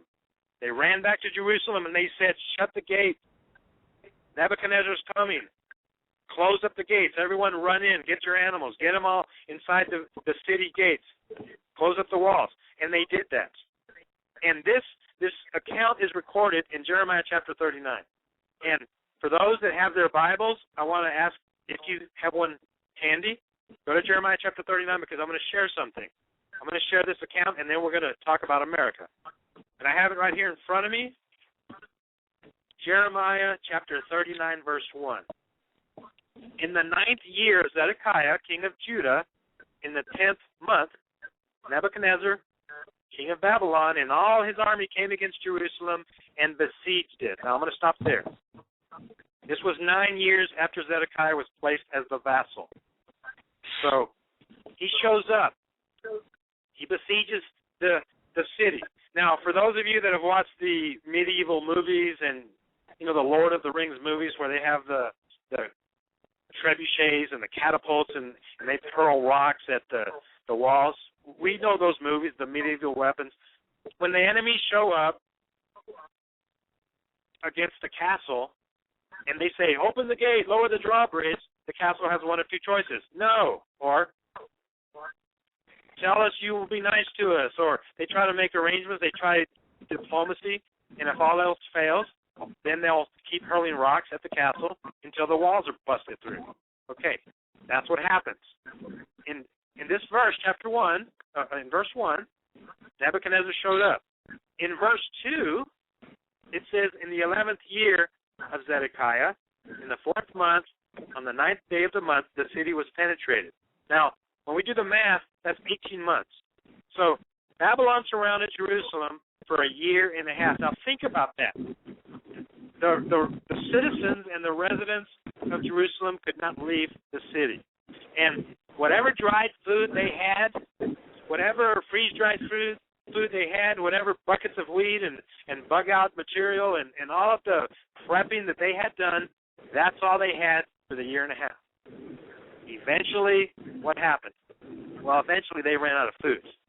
And as they started to go hungry, they started dying of hunger. They got skinny. They pined away. They got sick.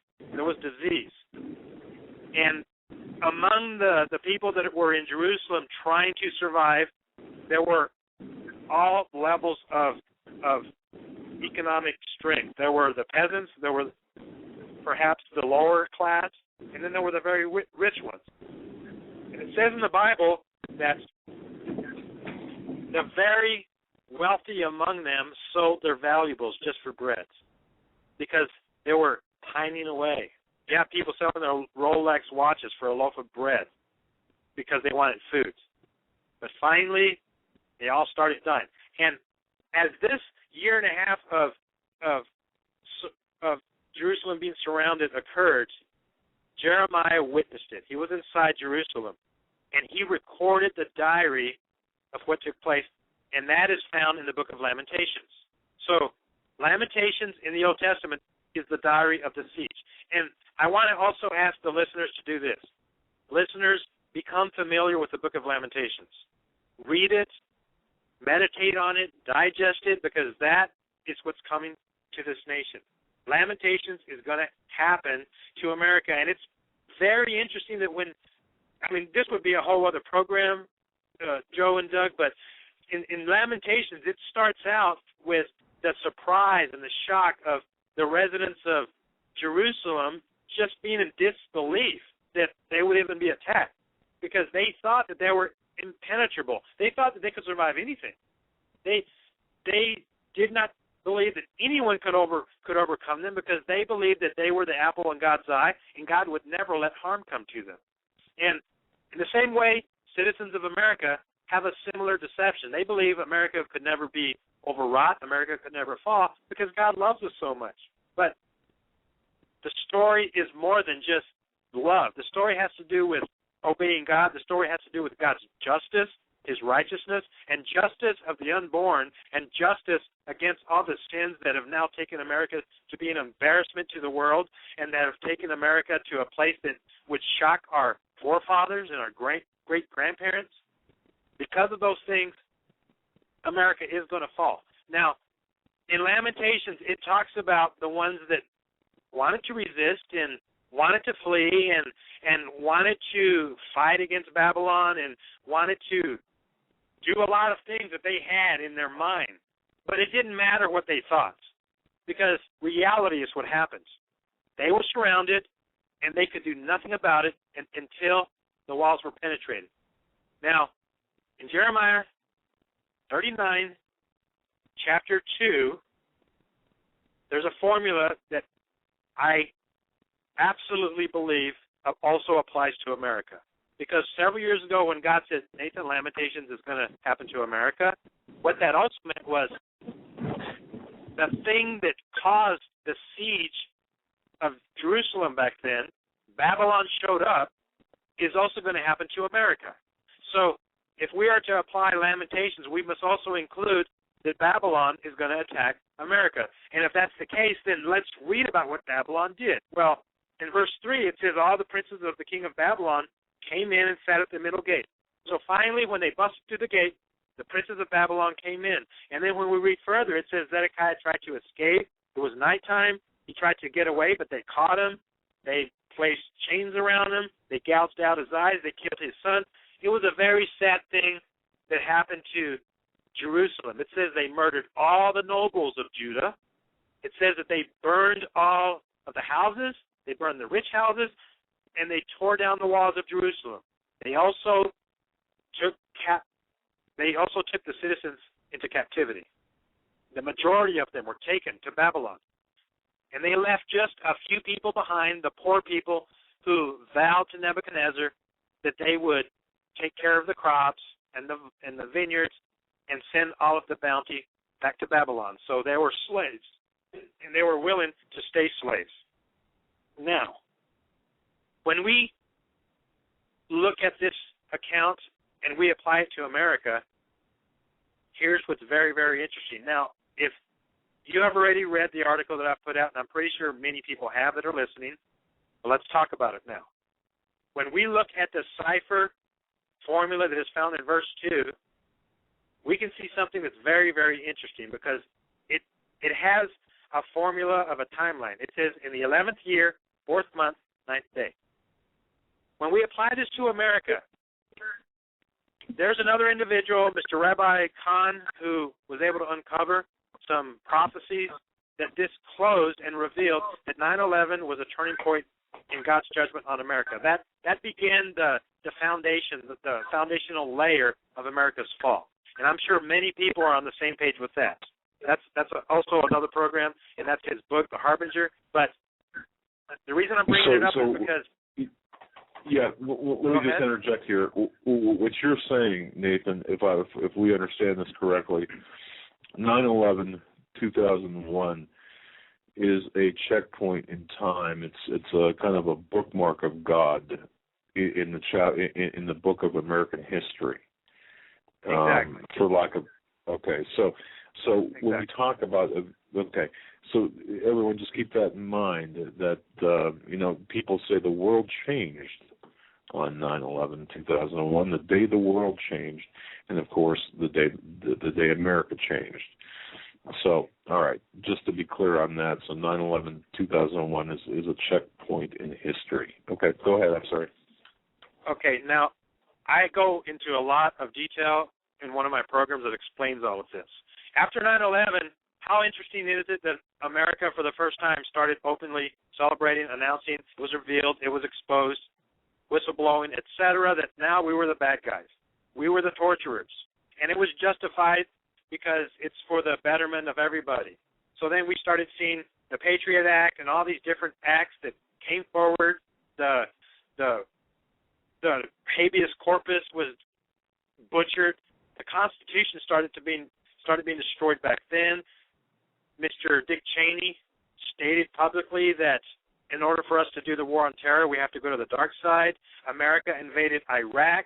America took over Iraq. America stole the antiquities that were in the museums of Iraq.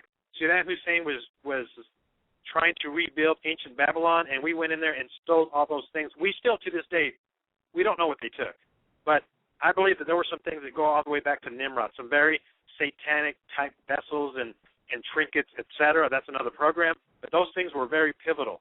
America, in other words, morphed into Iraq's big brother, and they became the same family. It was the beginning after 9/11. Now, when we take the date of September 11th, 2001, and we apply this formula, it says in the 11th year, 4th month, 9th day. Okay. September 11th, 01. Let's add 11 years to that. Okay, that comes forward to September 11th, 2012. The next part says the 4th month. Okay, we're in September 11th, 2012. That's September, October, November, December, January 11th, I'm sorry. And then it says the 9th day. So now we're at January 11th, 2013. Add 9 days. That takes us to the inauguration day, January the 20th.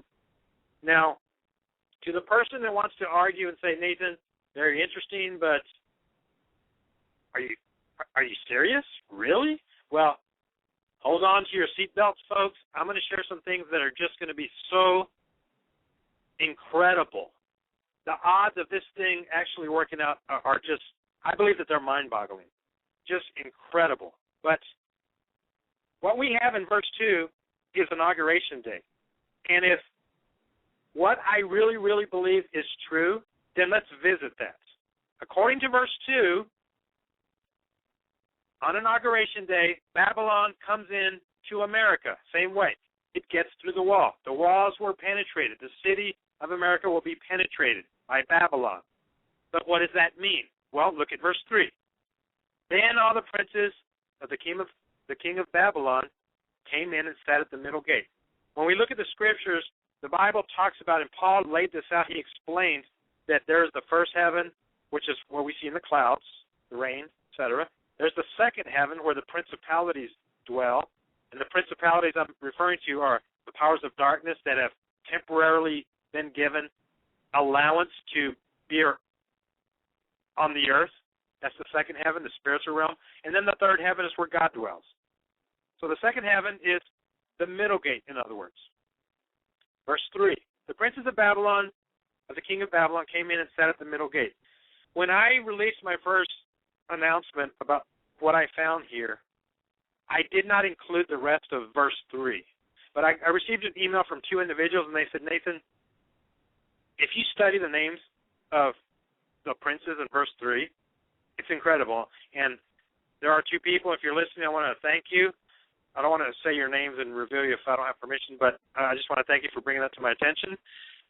So I started to research these names, and lo and behold, now, Joe and Doug, you've read the article, and you know where we're going to go with this, but I have the research in front of me of the names of this individuals, and this is what is so incredibly shocking. These names are names of demons, and they're names of demonic principalities that exist right now that are part of the index of satanic who's that are used in rituals even to this day, who have an assignment, who have a resume, who have a profile, and who have temperaments and attributes. And based on what we're looking at right here, if up to this point this all is true, and I believe that it is because we're seeing it happen, then here's the other part that needs to be included in the equation. These demonic entities are going to enter the White House on Inauguration Day. They are going to enter Washington, D.C. God is going to allow the hedge that he has, in the past, placed around America. When we say God bless America, well, in the invisible realm, that means God's hedge. It means his wall is around America. His hand covers America and protects her. And we've seen that happen for a long time. America has been protected. But God's removing that protection. There are breaches in the wall. And God is allowing Babylon, the spirits of Babylon, to now come in through the spiritual wall that once existed, and they're going to invade the White House. They're going to invade the administration on Inauguration Day, and things are going to happen. So I want to start covering the resume of these individuals, and I want to start with the first one that's mentioned. His name is Nergal-Sharezer, or Sharezer. When we look at that name, if we go to the original Hebrew, it tells us that Nergal-Sharezer are two different words. Sharezer means Prince of Fire. Now, right there, Prince of Fire would tell us it's a principality of fire. Now, Nergal has a very interesting resume. He's one of the chief deities of Assyria and Babylon who was worshipped in the Bible by the men of Cuth. Now, he was a deity, meaning he was a demonic entity. This is in the original Hebrew. But if we continue our research, if you, listener, if you have a chance and you want to further research this, just type it into Google, Nergal, Nergal. And by researching further, here's what we come up with. And in Wikipedia, it was a good reference point because there were many references and citations that brought his resume together. But let me just read some of the things that are mentioned here. Number one, the name Nergal refers to a deity in Babylon. Also, he is in part a solar deity, sometimes identified with Shamash, but only a representative of a certain phase of the sun. Now, he's a sun deity, or in other words, he's a sun god, but only in certain phases. And here's what's interesting. Nergal seems to represent the sun of noontime. And I guess that's when he exhibits his powers, or I guess that's where he may manifest some of the evil slime that he does over a people. But he's the god of noontime. Now, let's apply this to what's going to happen on January the 20th. It's very incredible. According to the 22nd Amendment of the Constitution, it says, I have it right here, I'll just go ahead and quote it, or I'll just say it from memory, that according to the 22nd Amendment, the outgoing president must be sworn in, must leave at noontime, and the incoming president must be sworn in at noontime on January the 20th, after the November election. So what does that mean? That means on January the 20th, which is going to happen on a Sunday in just a few days, at noon, Obama is going to be sworn in for his second term. Now let's look at this demonic creature, Nergal. His strength is manifested at noontime. Now, Joe and Doug, that's just one little point of incredible coincidence that I just find mind-boggling. This guy is going to exhibit strength on January the 20th. That's going to happen. All right. Yeah, and by the way, folks, Nathan, I've heard accounts, and I did just verify this through Wikipedia, which I don't really like to quote, but Nergal is also depicted as the chief of Hell's secret police, and worked in the honorary service as a spy for Beelzebub. Just as an FYI, I don't know if that fits within your God of noontime, but I just felt that was an interesting take in terms of the demonology aspect. You know what, Joe and Doug, that's one of the points that just jumped off when I was doing this research, what you just said, because that's going to play a significant role in the reanimation of Obama that's coming. But let me back up a little bit, and then I'm going to touch that. Okay. All right. It also says Nergal was a deity who presides over the netherworld, which is the underworld, and he stands at the head of a special pantheon assigned to the government of the dead. Another interesting point, government of the dead. This demon, this principality, presides over the government, the leadership, the hierarchy, the commands and the ranking of spirits of the dead.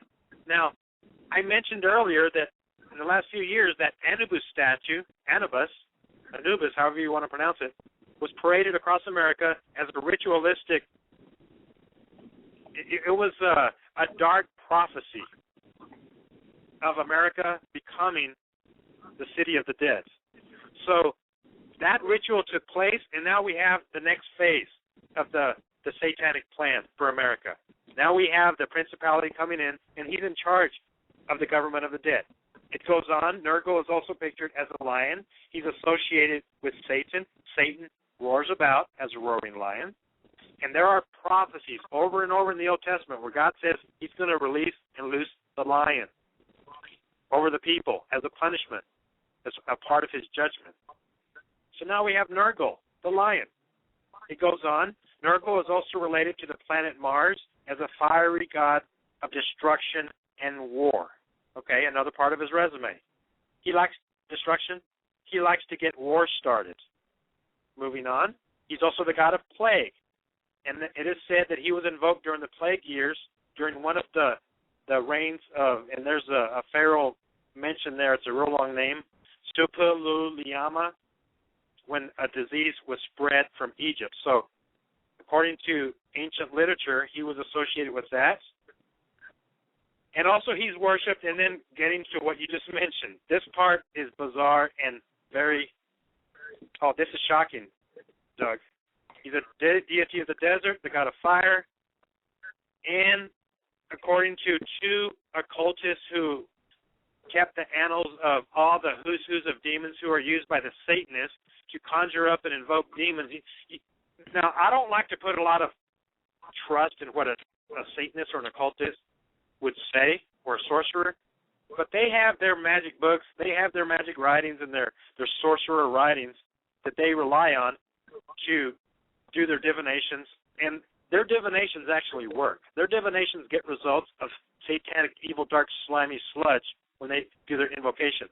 So, according to two of these individuals, and this is found on Wikipedia, Colin DePlancy and Joanne Wire, they lived in the 16th and 17th century. They said what you just stated, Doug. Nergal is depicted as chief of Hell's secret police and an honorary spy in the service of Beelzebub.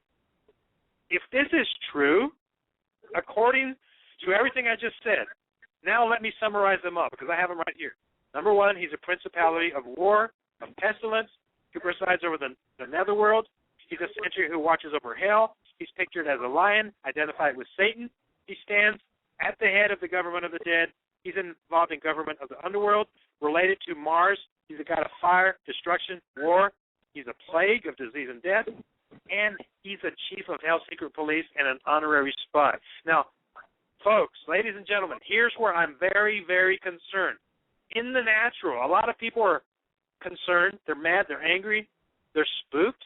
They're becoming fearful and afraid in the natural and in the physical, and they're getting mad because they see what Obama is doing. They see what this administration is planning, and they're getting mad. But the anger cannot just stop in physical anger of intellect, of our brain, of our natural mind, because what we are witnessing is a spiritual event. And as I stated earlier when I was talking about the fourfold judgment, where God allows the release of evil, noisome beasts, or in other words, evil spirits, this invasion of evil is happening because America has chosen evil. This invasion of evil spirits is happening because America toyed with evil and entertained it and became tolerant of it and called it good. So, ladies and gentlemen, this entity, Nergal, is not fictional. He's not benign, and he appears to be one of the princes, the principalities of Hell's underworld, pandemonium, who's going to come in and turn America into the end-time spiritual mystery Babylon that we can read about in the Book of Revelation. This is going to play a significant, profound role that's going to change America from Uncle Sam, the nice old man who has you over for milk and cookies, into Uncle Sam, the creepy guy, the pedophile, the murderer, the butcher, the executioner. This thing is so serious that we are facing. princes of the underworld are going to spiritually invade the White House at noon on January the 20th. And based on this guy's resume, this is where it gets very concerning, Doug. This demon is going to influence U.S. leadership. He's going to influence U.S. policy. He's going to influence Obama, if Obama's the guy, and I always want to qualify it because, what if? But at this point, it's Obama. He's going to influence Obama. He's going to influence Uncle Biden. He's going to influence Valerie Jarrett. And now already they seem very devilish and dark with their plans and their policies that they're already openly talking about. But it's going to get way worse. Hitler had Himmler, and Hitler surrounded himself with henchmen who were demon-possessed. In the same way, Obama is going to surround himself with different leaders who are going to be cabinet members, and each one of these leaders is going to be influenced by these demonic entities. In other words, the White House is going to become demon-possessed. And as we just touched, one of the specialties of Nurgle is the secret police, Doug. When we look at Hitler and how accomplished he was able to make his policy, in the natural mind, it bewilders us. It goes beyond us scratching our heads, and we have to say, how? How in the world could Germany fall for this thing? Well, here's how. Because Germany was also infected and taken over by demonic principalities. And the same thing happened in Stalin's Russia, Chairman Mao. When a country turns into a tyrannical, maniacal regime, they have the help of Satan. And Satan has been at this craft for thousands of years. He knows how to push the buttons. He knows how to influence. He knows how to let events stir and steer and change the mind of the people. And that's exactly what's happening right now in the United States of America. Doug, I'm looking at the clock. Do you want to summarize for the next hour? Well, one thing I want to say, too, and this is biblical, there is nothing new under the sun.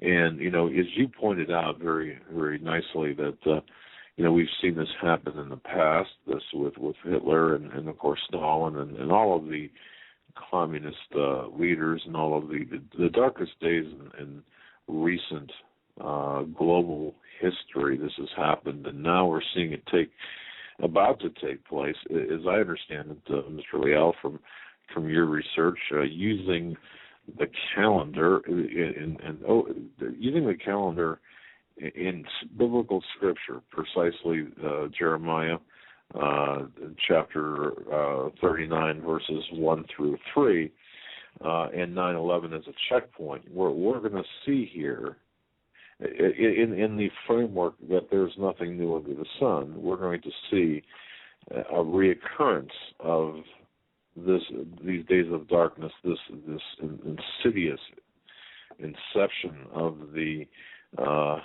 this darkness enter into the halls of Washington, as if we need more, but this is more ceremonial. And you lay this out, and folks, by the way, make sure you bookmark Nathan's website. That's watchmanscry.com, watchmanscry.com. In the articles section, you've got this laid out very, very nicely in the articles section that deals with the inauguration. And it's right there on the right-hand side. I believe it is in the article section. In fact, right under the notice of your guest appearance tonight on our show. And it's called Alert Warning Number 3, Obama's Inauguration. The portals will open. And that's dated 1/2/13. And read the alert, and that's all laid out there. So, folks, with that, you're listening to the Hagmann and Hagmann Report on this, the 10th day of January 2013. Both Joe and I are just taking notes, multiple copious notes, from our very special guest, Mr. Nathan Leal. We want to thank him for joining us. Stay with us for the third and final hour. Time is going so quickly, I just can't believe it. Joe, it's been a great show so far, very informative. Hit on a lot of points, and I'm sure it's going to end with a lot more great ones. So stay with us. We'll be right back.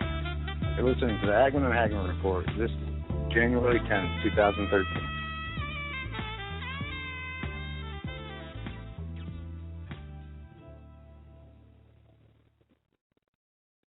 Hi folks, Doug Hagmann here. You might know me as the co-host from the Hagmann and Hagmann Report, or as a frequent guest on Coast to Coast AM with George Norrie. If you're like me, you're tired and confused over today's headlines. You just don't know where to turn for accurate, concise information about really what's going on, what's truly going on in today's society. If you don't know where to turn for accurate, well-researched, and properly vetted news, I've got a suggestion.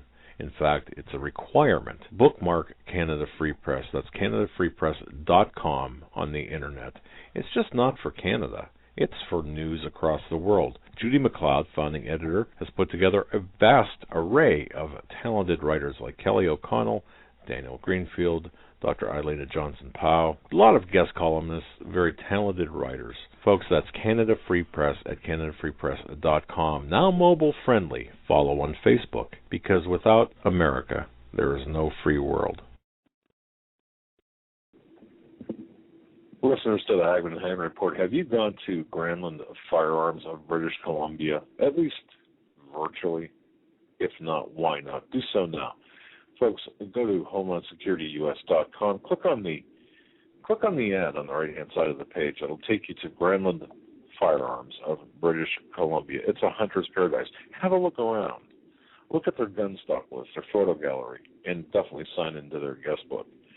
And I'll tell you something. If you're fortunate enough to be up in the Pacific Northwest, up in British Columbia, they're located at 522 South Dogwood in beautiful Campbell River, British Columbia, Canada. It's the salmon capital of the world. They're located on the southwest side of Dogwood, just south of Merecroft Street, right across the street from the movie gallery. You got to stop in and see them if you're up there. They're open Wednesdays, Thursdays, and Fridays from noon to 7, and also Saturdays 10 to 5 p.m. Pacific. They're closed on Sundays, Mondays, and Tuesdays. But if you're not up there, don't let that stop you. Go to GranlandFirearms.com. Check out, you know what, folks? Check out their book, Carl Granland's book. I got to tell you, it's Treed Beyond the River, second edition.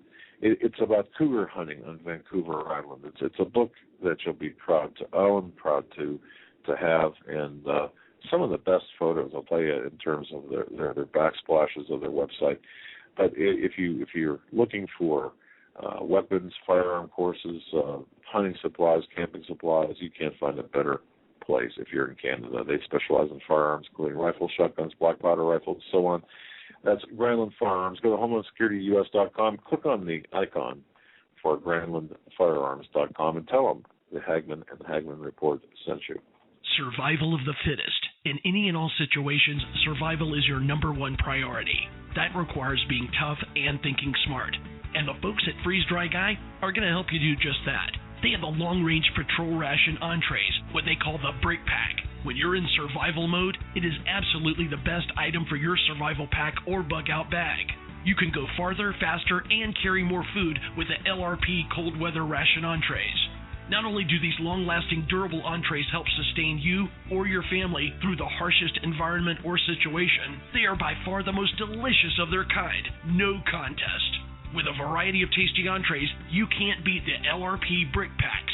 Let Freeze Dry Guy help you in your survival situations. Go to freezedryguy.com. That's freezedryguy.com, or call 866-404-3663. That's 866-404-FOOD.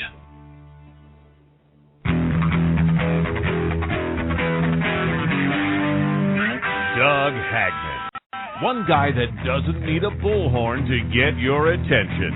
You want answers! I want the truth! You can't handle the truth!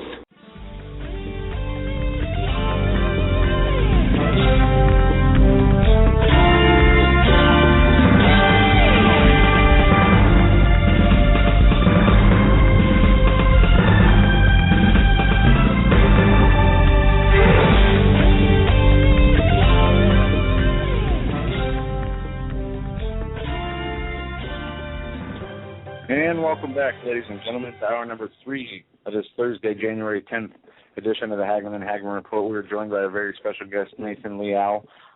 Go to his website at watchmanscry.com. I got some breaking news here before we get back into what we were talking about the inauguration. Louis DiGilio pulls out of inauguration over anti-gay comments. An evangelical pastor from Atlanta announced Thursday he would not give the benediction at President Obama's swearing-in ceremony after a sermon he gave on homosexuality in the mid-1990s resurfaced earlier this week. In that sermon, he called for Christians to firmly respond to the aggressive agenda of some in the gay community and warned that widespread gay marriage would run the risk of absolutely undermining the whole order of our society. In a statement, he said that his participation would be dwarfed by those seeking to make their agenda the focal point of the inauguration. Very interesting. Interesting, especially in the backdrop of what we're talking about here, and that is the inauguration of Barack Hussein Obama. Mr. Leal, welcome back to the program. Glad to have you, and you're getting into some pretty heavy stuff about the inauguration, about how the spirit of the dark is infiltrating, or has infiltrated, but is certainly ceremoniously coming to the inauguration. Go ahead and continue. Okay. As it states in Jeremiah chapter 39, verse 1 through 3, we can read the account of Jerusalem under siege, invaded, penetrated, and then the princes of Babylon went into Jerusalem. And in the same way that's going to happen to America, the princes mentioned in verse 3 are actual demonic entities. If someone's listening in at the top of this hour and doesn't have the background, these things are stated on my website in the alert part 3. But continuing on, Nurgle, this creature that is going to come in on the 20th, has a very long resume, and he doesn't just do one thing, but the translation of all of these things that are coming together is that he's going to have a huge, huge significant role in ushering in, and this thing is going to be the stuff of nightmares, ladies and gentlemen, a new tide of secret police tyranny into America. The key thing to always keep in mind is that this is a spiritual event. It's a spiritual invasion. And sadly, it could have been stopped if enough people would have cried out to God and repented, but it didn't happen. So it's going to continue. It's not going to be stopped. So I want to just make a quick comment, because according to how much time we have at the end of the program, I'm going to touch base on what we need to do. How do we prepare for this? But we're not going to stop the portal from opening. The gates of hell are going to be allowed to come in and infiltrate America and the world. Now, to the person that says, this messes with my theology, Nathan, I'm having a hard time, well, here's the way to look at it that might help you if you're struggling with what I'm saying. When we look at the Book of Revelation, we see the end-time narrative. We see what's going to happen at the very end of time before Jesus returns. It's going to be horrible.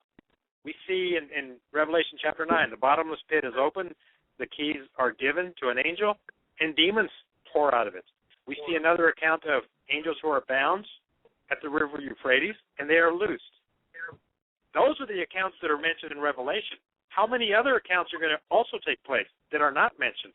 And when we look at the events in Revelation, we can read that the end-time one-world government, New World Order beast empire will temporarily be given the authority to overcome the saints. And many saints are going to, unfortunately, end up in heaven through this time period. They're going to end up in heaven through a variety of ways. They're going to be mistreated. They're going to be persecuted. They'll be martyrs. And when we read these things, then we have to admit to ourselves that evil is running rampant on the earth during this time, in the end of days. And God is allowing it to happen. It says Satan was on the earth, and woe unto the earth because he only had a short time. God is going to allow it. So when we place that into the frame of mind, and then when we go backwards, then we need to ask the question, if we are as late on the timeline as I suspect, as many listeners are suspecting, as many people are suspecting, then we have to also visit that if we're late in the hour, then that means the attack of evil sludge is going to be coming to the earth. It means that some place called Mystery Babylon, some kingdom, some empire, some presence is going to have a way on the earth. It's called Mystery Babylon, and according to Revelation, it said it's the hold and the dwelling place and the prison of demons, of evil spirits. Babylon's going to be the location of evil. So at some point, and I believe the majority of the listeners could agree that America seems to fit the role of Babylon. If that's the case, when did America change into this thing? When did it turn into Mr. Hyde? When did it reanimate itself into a dark, backslidden infidel? Well, it's happening right now, ladies and gentlemen. And what I'm talking about, as far as the inauguration period, is a very significant part of that timeline where America is going to turn into these horrible things. Now, getting back to Nurgle, when he comes into the White House, according to the resume and according to what he is able to do, he's going to infect the leadership of America into a new chapter where the Constitution no longer exists. The Constitution will be stepped on, walked on, and Obama's going to tear it up and make communistic cigars out of it. It's going to be cruel. And as American citizens witness this thing, there's going to be a lot of confusion, anger. There's going to be a lot of opinions. And right now we're seeing Americans are getting the feeling. Even people who aren't awake, they're noticing. All you have to do is go to a gun store, a sporting goods store, turn on the TV, turn on the news, get on Drudge. A lot of people are wondering what is going to happen, what is going on, what's going to be the end result, how is this going to play out, what is my role, what do I do? A lot of people have that question, Doug, and when I finish, I'm going to throw out some suggestions of what people can do. But moving quickly on, we get to the second creature mentioned in verse 3, and his name is Samgar Nebo. Now, Samgar Nebo, we can break that name up. That's Jeremiah 39:3, if you have your Bible still. Samgar Nebo is two words. It's Samgar and Nebo. Samgar means sword of, the sword of. Nebo comes from the name Nebu. Nebu was one of the false Babylonian gods that was worshipped in Babylon. Now, as I mentioned earlier on this program, we touched on the unholy trinity of Nimrod, his wife Semiramis, and their son Tammuz.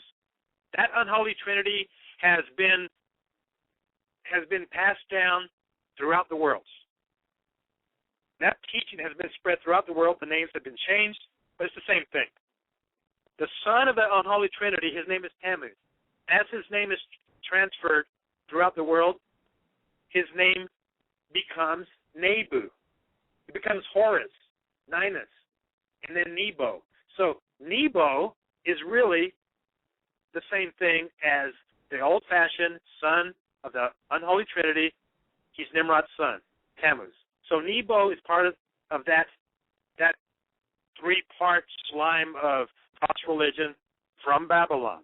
That's who Nebo is. Now, this creature who's going to come in, his name means the sword of Nebo, Nebo's sword.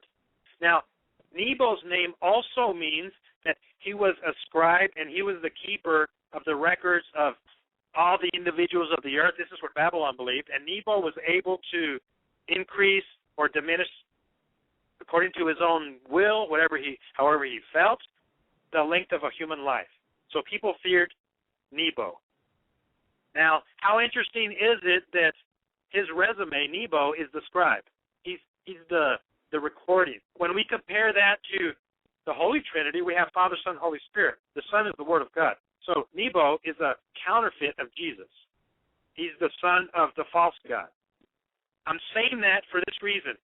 When this creature comes in to the White House on January the 20th, I am concerned, and I am asking the question, is it possible that this demonic creature could influence those in Washington? Obama, could he put his ectoplasmic sludge of influence and make people in the administration believe that they are the son of the Creator, or in other words, the Son of God, or in other words, the Messiah? That's a very important question I'm throwing out. There's a dark prophecy about Marduk, who is the Baal portion of the unholy trinity, the Nimrod portion, Marduk was one of the names that it evolved into. The Assyrians had in their writings that there's a prophecy that Marduk, or Baal, is going to return at some point to be the Messiah king and return to Babylon. Now, that's in the annals of antiquities. I just bring it up because I find it interesting, but I have to also ask this question. What if? What if the way that many people are expecting Bible prophecy to play out happens in a different way? And that's one of the things that I try to stress on my programs, and that is this. We have to be discerning and open-minded enough to say that if God is going to throw a curveball in end-time prophecy, we have to consider that it's possible. Because if we do not consider it, then a lot of Christians are going to be looking for the wrong sign. They're going to be looking for the evil end-time villain from a different place. But what if God throws us a curveball? That's why I just want to leave that out there. What if the Sword of Nebo, this Samgar Nebo guy, influences Obama and makes him think that he's a Messiah? Now, let's move on from there. The next three names. Now, by the way, if you have the Bible in front of you, Doug, do you see how Nergal is mentioned twice? Is that for emphasis? Is that a double portion of him? I don't know. But he's written down twice in verse 3. I don't know why. It's the same word. But moving on past Nergal, we have Sarsakim, Rabsaris, and Rabmag.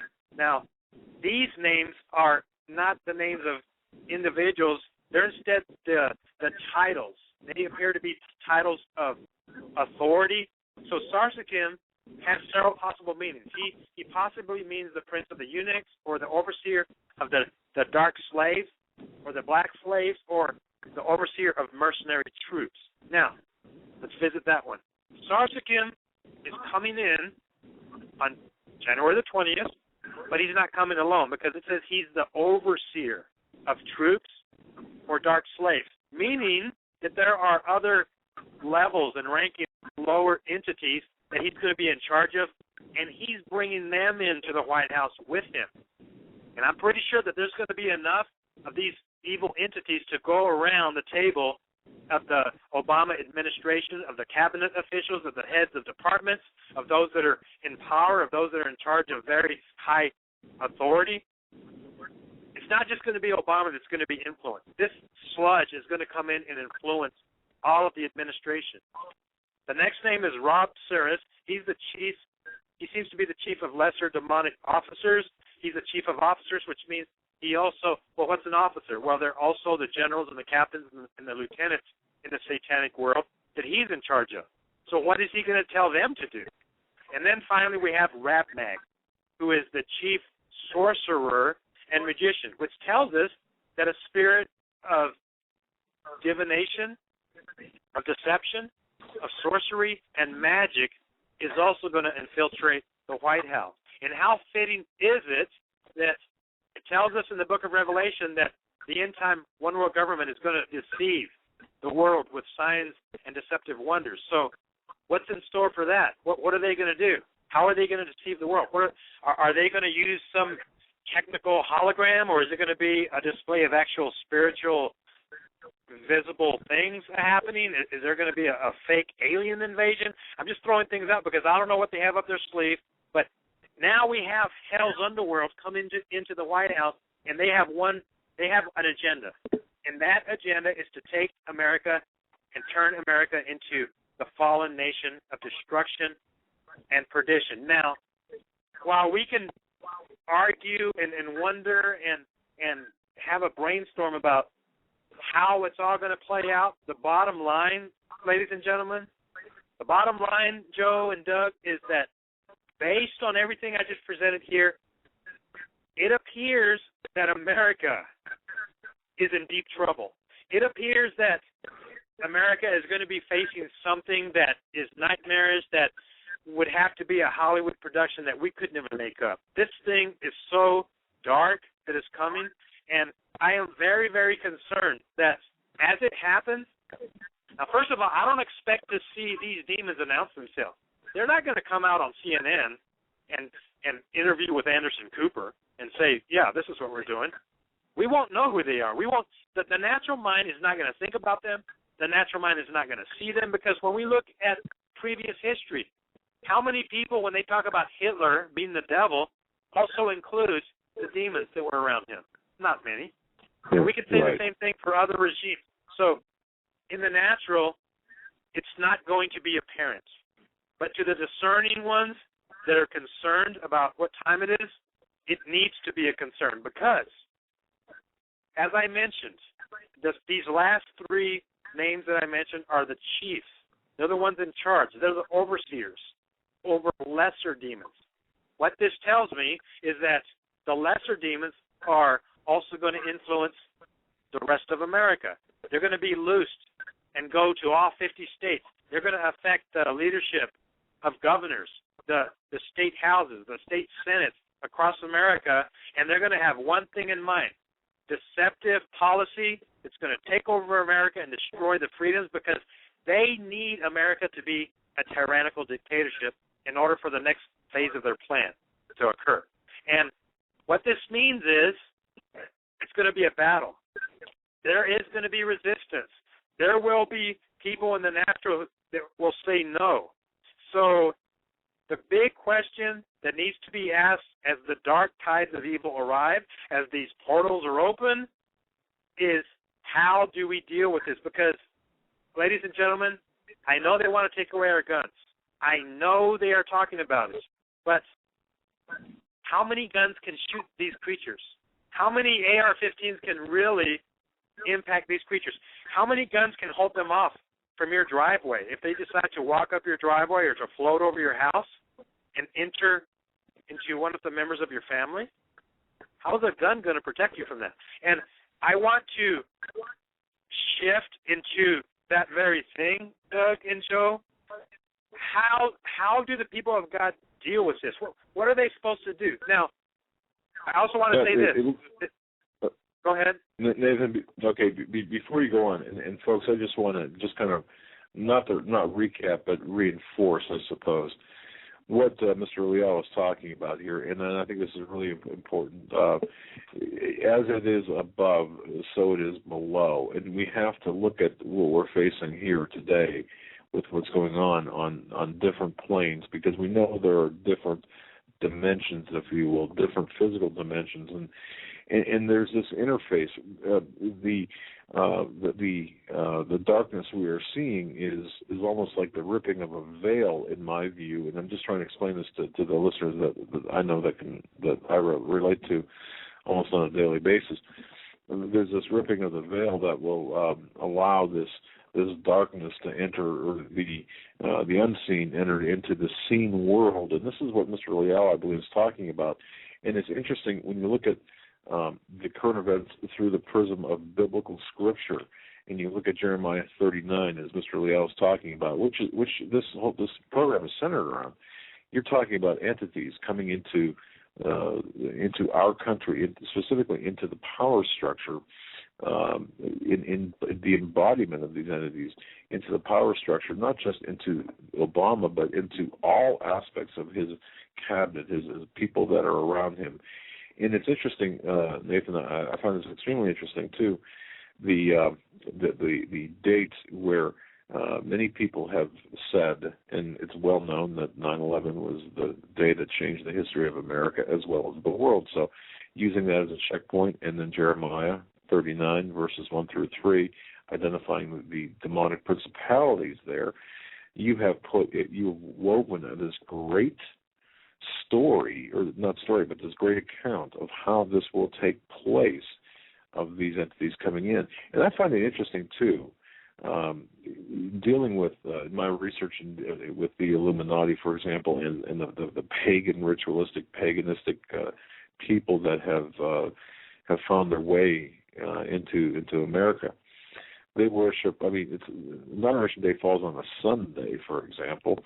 To me, that's significant. The day of the week, and the numerology associated with from 9/11 to inauguration, using the Gregorian calendar, how the dates play out. It's no accident. Everything you're talking about here for those with eyes to see, the spiritual discernment can see that there will indeed, just as the world changed on 9/11, so will the power structure change on Inauguration Day. I don't know if I did any service to you, Mr. Leal, but that's kind of how I see it playing out here, and that's why this is so important. In what you're about to speak of, and you're about to speak to and we're seeing this because today you go to a gun store, you can't find a weapon, a semi-automatic weapon or something to defend yourself, folks. If you can't see what's going on here, if you cannot feel the undercurrent of evil, and if you don't know that we're about to enter into one of the most turbulent times in American history, then go back to sleep, because I'll tell you something. But the fact is, this is more of a spiritual problem than it is. Well, it's a spiritual problem for sure, but it's manifesting itself in the real world today. But Mr. Leal, go ahead. I just wanted to interject that because I know some listeners are, I just know some listeners and I know how they think, and through the dialogue I've had with them, so I just wanted to reaffirm that. Yeah, thank you for that summary, and I want to add this. On the 20th is the beginning. The plan to demolish America. When we look at how Jerusalem was demolished, that's when they showed up. They penetrated the wall on that day, but it took a while for them to dismantle the city, to burn the city, to tear down the walls. And this thing is going to happen in phases. There's another huge event that is going to be coming in the next month, and I don't want to digress and derail this program, but there's more coming, and maybe we can do another program about it, because after the inauguration, that's going to be another milestone of something that's coming that I've also found in the scriptures. But the executive summary, exactly as you put it, has to do with the spiritual. Now, I want to address the question that many people are wondering about, and there are several questions. Number one, what do we do? Nathan, if what you're saying is true, what do we do? What do I do? Yeah, the next question is, how is this going to happen? What are the events that are going to take place to make this happen? How is it going to transpire? The next question that people are wondering is, what plans must I be making right now? Should I be making plans? The next thing is the gun grab going to come? Is the Second Amendment going to be butchered? And I know a lot of people, even right now, Doug and Joe, are wondering, well, how do I respond to the result, to the new dictatorship? Do I resist? Do I shush myself? Do I tell everybody not to talk about it? Do I go hide? Let me use this term for those listening, do I go sell my swords? Do I get rid of all of my swords so that I don't get in trouble? And from the spiritual perspective, this is what is going to be happening. As God showed me several years ago, liberty is going to be decapitated, and he's the one that's going to allow it, and he's the one that's ushering it in, because it's his justice. So if it is God's will that this happens, well, actually, let me rephrase it. It's not his will that it happens, but if it is God that is allowing it, how far, as an American Christian, Bible-believing, freedom-thinking American, how far do I go? What role do I have as a believer? What result does God wish to see in my life, in his people? Am I allowed to resist? Am I allowed to say, I don't think so? Am I allowed to be a part of the insurgency if it happens? Ladies and gentlemen, we're going to see a civil war. Let me just say it. There will be bloodshed. Satan wants bloodshed. These demonic creatures that are coming in always love to see bloodshed, because blood is what they love to see on their sacrifice to themselves. They love to see the shedding of blood. It fuels them. It gives them strength. It fuels their pride. So if bloodshed's going to happen, what is a Christian supposed to do? Do they take part in it? Where do they draw the line? You see, ladies and gentlemen, I know that a lot of you are thinking these. I've gone to different blogs. I'm hearing people talk about it, and I am sensing that a lot of people are visibly becoming fearful. They're visibly becoming afraid and scared. One side of their mind is tugging, I have to be Paul Revere, and I have to be part of Paul Revere's associates. The other part is tugging, but I don't want to mess it up. I don't want to lose my house. I don't want to cause an IRS audit. I don't want to have them banging down my door. I don't this and that. There's all of these things that people are afraid of. So what are people supposed to do? And if God loves us, why is he allowing this to happen? Now, again, one of the most important things that needs to be said, and I've been saying this frequently, and this part needs to be understood. When we look at the false religion of Babylon that existed from the beginning of time, and we saw that Satan used Nimrod and his wife. He failed with Adam and Eve, but Eve didn't want to become a god. She stumbled, but she didn't continue any false teachings about that were spread throughout the world. But Nimrod and his wife did. So Satan accomplished what he couldn't accomplish with Adam and Eve through Nimrod and his wife and their son. That was the beginning of the false religion that has spread throughout the world. And Babylon was the key city that had a role in this. When we go forward to the people of Israel and the children of Israel struggling with the false religion, again, it was Babylon. When God punished them, he used Babylon to do it, the physical Babylon. When physical Babylon was used to punish the people of God, the end result was eventually the people of God started crying out to God. They repented, but many of them died. Most of them died. They were carried off to captivity. And it was a sad end for a lot of people, but God saved a remnant out of them. Now, when we come forward to the end of Scripture, isn't it interesting that once again, during the tribulation period, it's going to be Mystery Babylon. It's going to slime the earth. Here. I'm sorry?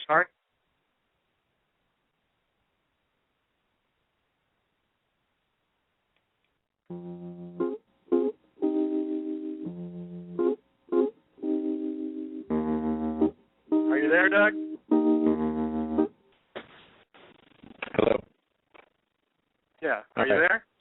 Yeah, sorry. The Skype cut out on us. And what right in a point where you were saying something that was going to be important, and it cut right out.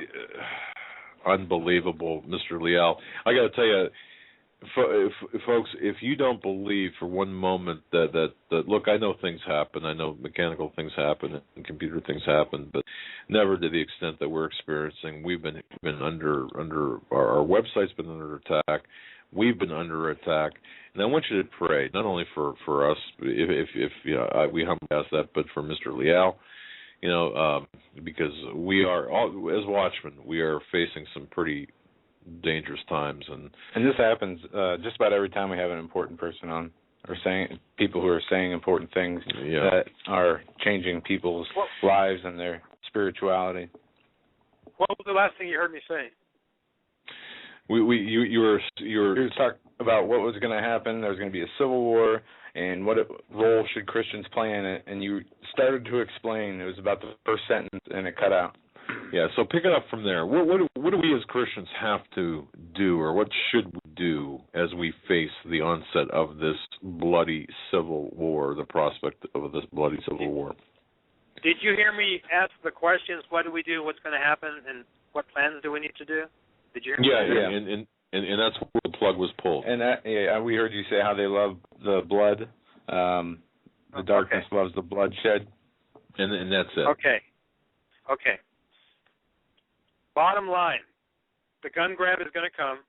The Second Amendment is going to be butchered, and as well as other portions of the Constitution. And a lot of people are wondering what to do. They're wondering if they should resist. Should they stay quiet? Should they hide? Should they sell their swords? Did you hear me say that? Yes. Yeah. And that's right about where it kind of went up. Okay. People are wondering why God would allow this to happen. What good can come out of this? And this is the key point that needs to be understood. And then I started talking about Babylon. Did you catch that part? No. No, we did not. Okay. All right. So yeah, bring us up to speed here. Okay. It's very important to have the perspective of Babylon. When we look at ancient Babylon, when Nimrod and his wife and their sons started the false religion of Baal worship, it was Babylon that did it, and it got exported throughout the whole world. And then when we saw the children of Israel struggle with the false religions, it was the religion from Babylon. And then when God said, I'm going to punish you, Israel, if Babylon's what you want, Babylon's what you're going to get. So God allowed physical Babylon to invade Israel. Now, from that point on, how interesting is it that God used Babylon? And sadly, when we read the account of Jeremiah and Lamentations, most of the people died. They died a very sad death. They saw their freedoms destroyed because Babylon attacked them. But God did save a remnant of his people. Now, when we move forward to the end of time, we see in the Book of Revelation, once again, Babylon, Mystery Babylon, is going to play a huge role over the earth. Now, why would God allow that? That's the question. And we can read that in Revelation, Babylon is going to be a very deceptive thing in Revelation. Interesting, ladies and gentlemen? It's interesting that the lady, the mystery religion that we see in Revelation, is going to play a role to deceive the people of earth. And the question must be raised, why would God do that? Well, here's why. Because after the tribulation period, Jesus is going to return, and he's going to set things straight. He's going to put the nations under his feet, and he's going to bring the true religion, if you will, the true worship. He's going to show us the real way of his law, the real way of his ways, of his principles. But in order to do that, he has to destroy the false way, the false religions. Now, in the book of Jeremiah, chapter 51, there's an interesting passage that a lot of people probably don't think about, and I want to share it right now. Jeremiah 51, verse 33. For the person that says, Nathan, why? This is horrific. What you're telling us is nightmarish. Why would God allow this? Here's why, folks. Because Jesus is coming back for a church and a bride that is spotless, that has no wrinkles, and that has been refined. How does God refine, though? Isn't it interesting that right now the evangelicals sing the song, I'll Fly Away, and they say we could get raptured at any time. But if we really were to be honest with ourselves, is the church refined right now? Doug, is it refined? How much nonsense is taking place in the church? It's if not. I can invoke I won't even make a joke by invoking the Clinton, what is the meaning of is, but go ahead. Oh, okay, so in verse 33, thus says the Lord God of hosts, the God of Israel, the daughter of Babylon is like a threshing floor when it is time to thresh her. So what that means is God is going to use Babylon to thresh his people. And the threshing floor has an analogy of the wheat that was thrown into the air to allow the wind to take the chaff away so that the farmer, the sower, the harvester would have the good stuff left. But you need to thresh the wheat. And that's a principle that cannot be forgotten. God is going to thresh his church, meaning that we as members of the church are going to have to be shaken. And Babylon is going to be used, the spirit of Babylon, these demonic entities that are going to influence Obama and the administration and the regimes of the world, because this thing's going to spread throughout the whole world. It's going to be used for the people to discover where they are in God. It's going to be used for the people to discover new faith in God. It's going to be used by God to help the people forsake the struggles they've been having. There's a lot of people that are in bondage right now that want rescue. There are Christians that struggle with things, and there are secret closet-type sins, and they say to themselves, they lament and they grieve, they go to God and say, God, I wish I could have deliverance from that, and they struggle for years and years, and they never get victory. Well, guess what, folks? What is coming is going to bring victory over those struggles, because those struggles are going to fall off many of the people, and people aren't going to even care about those things, because there's going to be more priorities that are going to be on the platter. And God is going to allow Babylon as a threshing floor, because after God has finished using Babylon to refine his people, look what the end of verse 33 says. Yet in a little while the time of her harvest will come. What that means is the church will be ready. The fields will be white with harvest. Jesus will be the harvester who's going to come for a bride that is ready. So the things that are happening to many people right now, and in the natural, right now you have listeners, Doug and Joe, who are going through horrible financial hardship. They've lost their houses, they've lost their jobs, they've lost a lot of their comforts. They're asking why. They think God's mad at them. They're struggling with their faith. But, listener, I want you to know something. God is allowing these things to happen to you because he loves you. He does this to everyone that he loves. He has to.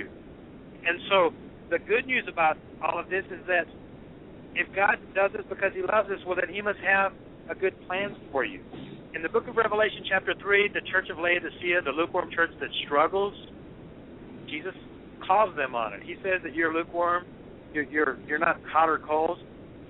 But those that I love, I discipline, I chasten.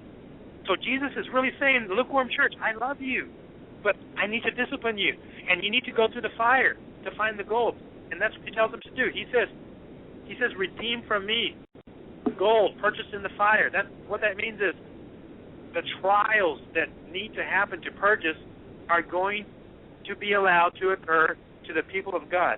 So, ladies and gentlemen, if you have stayed up late at night with tears in your eyes and you're wondering why, and some of you think that God doesn't care, he cares now more than ever. That's why this is happening. And I want to let you know that God is going to see you through, and he's going to teach you faith and teach you trust that you have never had before. Now, with that said, I also have to mention this. Since these events cannot be stopped, can they be postponed or slowed down? That's another question. If enough people got together and said, we bind the powers of Satan, and they did that faith prayer, the warfare prayer against the portals, could it stop it? Is it possible? Well, since this is part of God's judgment, the formula for stopping or slowing down or delaying the judgment is the same formula that it's always been. And it is not making a proclamation against the invading forces, because that's taking our will and placing it. Instead of committing to God and submitting to him and humbling ourselves to him and repenting and having a spiritual renewal. If enough people did that, then possibly it could be slowed down or postponed. But, folks, I'm not sure that's going to happen, because it's just days away, and I don't see that taking place. So if it's not going to be slowed down, if it does slow down, praise God, I'll be happy, Joe and Doug and listeners. But since I don't think it's going to be slowed down, then here's the other question that needs to be addressed. Will the Rambo resistors out there humble themselves and call on God?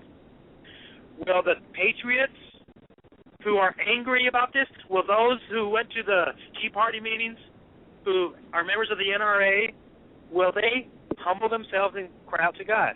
Will the corporate group of freedom lovers cry out to God? That's the question, ladies and gentlemen. And if the question is no, then here's what's going to happen. A civil war is coming. There's going to be bloodshed, and a lot of the well-meaning people I just mentioned, the good American patriots, ladies and gentlemen, there are going to be the stories of the fallen, and it's going to be said. There will be armed resistance. Ladies and gentlemen, it's going to get ugly. It's going to be bloody. And the stories are going to be told about the valiant, brave ones. But when we look at the story, the biography, the insert into history is going to be made about those who said no. So the question that many people are wondering is this: Nathan, should I say no? Do I sell my sword? Do I stand up to them? I am hearing reports that there's going to be a grab. They're going to go door to door. What do I do? Do I say no? Do I go underground? You see, folks, we're all thinking about these things. But number one, let me just say this. To everyone that is listening, it is very, very important right now to have a family meeting. Husbands and wives, you need to be having a meeting with your wife, your husband, your kids, and you need to be asking the question, what do we do? Because whatever you decide to do needs to be made with prayer and with the leading of the Holy Spirit. But this also needs to be included. There's going to be a cost to what you do. Because if you say no, and if you become part of the Ted Nugent crowd, there's going to be a cost. If you say no, and if you say, I'm going to stay a Christian, but I'm not going to turn them in, or we're not going to turn in our swords, there's going to be a cost. If you do turn in your cost and you lay down and you comply, there's going to be a cost. And what is the cost going to be?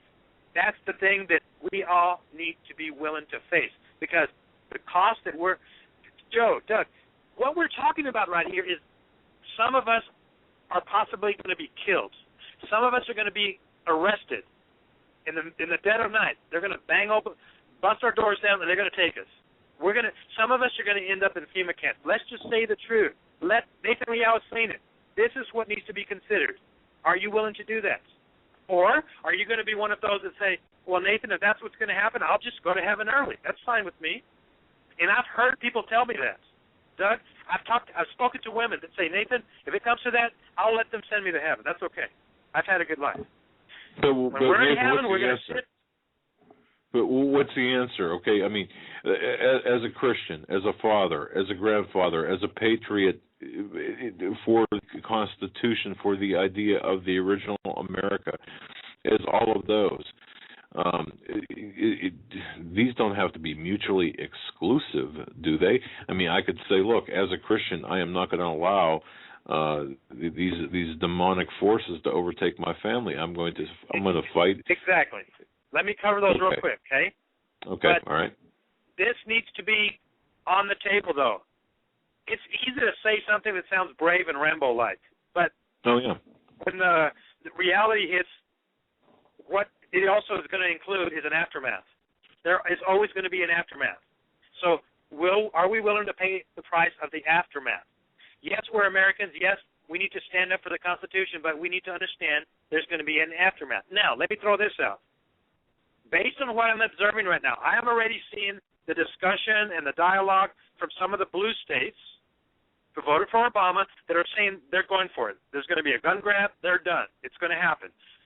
This is my advice right now. First of all, I believe that based on what I'm observing, it's going to be a civil war of blue states against red states. The red states are populated with more people that say, I don't think so. And the blue states are surrounded by people that will turn you in. They're populated by your neighbors that will call Homeland Security if they even know that you have a gun after they become illegal. So one form of advice that I would say is pray right now, get leading from the Holy Spirit. But here's a radical thing. Ladies and gentlemen, I'm about to say something radical. If you live in a blue liberal state, and if God gives you the permission, get out now. Pack up now. Quit your job. Drain your retirement fund. Get out now because you're going to be outnumbered and move to a red state. Doug, what is there to think about on this one? If you're not leaving the country, at least relocate to some of the red states. Now, which red state do I go to? Well, that's going to take research. Which red states will hold out the longest? Possibly. Which ones? Well, we can look at the mountain region, the Rocky Mountain region. I can think of Utah, Wyoming, Idaho, Montana, maybe some other ones. But that's probably going to be some of the places that hold out the longest. But a civil war is coming, and based on what side of the line you are on, that's where you're going to weather it out. That's where you're going to be. I know these things are radical, but we only have a few weeks left or even months left. So that needs to be addressed. Next, we also have to do this. Get assembled with like-minded people. Nathan, how do I find them? Here's how. You can find out now who you can trust by asking this question. Start meeting with your friends and your families, your coworkers. Ask them the questions. What do you think? you're going to do? If there's a gun grab, what will you do? If the Second Amendment goes away, is it going to matter to you? Will you comply? Start asking your friends that question. Based on what they said, you'll know if they'll turn you in. You'll know if you can trust them. And after that, you need to be very, very careful. Possibly some of you, if the gun grab comes, it's going to be illegal to own one, so maybe you need to relocate your swords if you're keeping them. But if you're in a blue state, you're going to have a hard time getting this, and you're going to be in trouble the minute you use it. So, see, these are the things we have to think about. Also, are you willing to walk through that door of repentance? Number one, we need to repent. We need to get our house in order. We need to have God's protection over his children. We need to get a hold of our relationship with God in ways that we never had, because when this demonic sludge is loosened across America, we need to get a hold of an authority, a supernatural authority in God that we know how to use. We need to have a command of the Scriptures that we can use. We have to have had some solemn assemblies with our friends or loved ones to ask God and plead with him to protect our property. You need to walk around your property. There needs to be spiritual warfare. This has to be done now, folks. You can't wait. We have to learn about the armor of God, Ephesians chapter 6. Study it. Learn it. The armor of God, the fiery darts. Because in the midst of this darkness, we can still stand. Paul says in Ephesians 6, be strong in the Lord and in the power. Key words, folks. Power of his might. How do we do that? Paul then mentions the armor. And then after he mentions the armor in Ephesians 6, he says, praying always, therefore, in the Spirit. Pray, pray, pray. Pray for God's help. And then Paul says, and pray for the utterance, for the words to say, to be able to share about the mysteries of God, the gospel. This is heavy-duty homework, ladies and gentlemen. Also, God cannot forgive you if you're bitter at other people. So we need to renew relationships with family members, with friends. We need to be reconciled with our friends. Also, one of the biggest attacks that we're going to see is Satan is going to be throwing fear, confusion, anger, and human thinking, human counsel on you. So we have to learn to overcome. The only way to learn to overcome, well, Revelation tells us. They overcame how? By the blood of the Lamb and the Word. The Word is the Bible. We need to learn the Scriptures. Folks, if you are a halfway Christian, a closet Christian, a lay-down Christian, you're not going to make it. Let me just say plain and simple. You will not make it. Now, do we sell our sword? Jesus said, sell your coat and buy a sword. The disciple said, God, look, Jesus, there's a sword. Jesus said, that's good. That's okay. That's enough. So be wise with your sword. Do not be foolish. Do not say too much. It is our obligation to protect the innocent. The Bible says in Ecclesiastes, whatever your hand finds to do, do it with all of your might. That means it's your job to protect your family. It's your job to represent Jesus. It's your job to stop evil. If the zombies are coming down your driveway, it is your job to stop them. And when you stop them, you do it with all your might, and you do what you're supposed to do. It says in the New Testament, to him who knows what to do and who does not do it, to him it is sin. So not doing something falls under the sin of omission. Now, to some of you that are listening, you might say, Nathan, to me, defending the Constitution is the right thing to do. So here's the situation, Doug. Every person listening needs to figure out and decide right now what they're going to do, and they need to be committed to it. I'm not going to tell someone they can't be a part of the resistance, because the resistance is going to happen. However, the resistance will have a cost, because Revelation tells us that whoever uses their sword is going to die by the sword. Period. Also, we have to keep the correct perspective. When do you use your sword and when do you run? When do you depend on the protection of God that's supernatural? When do you ask him to turn you invisible? There's a lot. This thing is very complex. But I want to say this. If you are not led to get rid of your sword, then start praying and start seeking the wisdom of how to deal with this thing. Because, Doug, it is not simple to talk about. This thing is going down. This is historic. It is serious. And I'm sure I have a lot of people thinking right now, but the dialogue has to happen now. Oh, yes. You spoke cover fast, but I spoke quickly because I was trying to get this all in so that you can make some comments.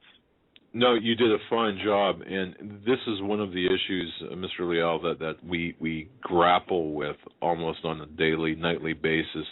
Is, my son and I have spirited discussions. We have not opposing views, but not necessarily the same views. They're parallel, but not necessarily the same.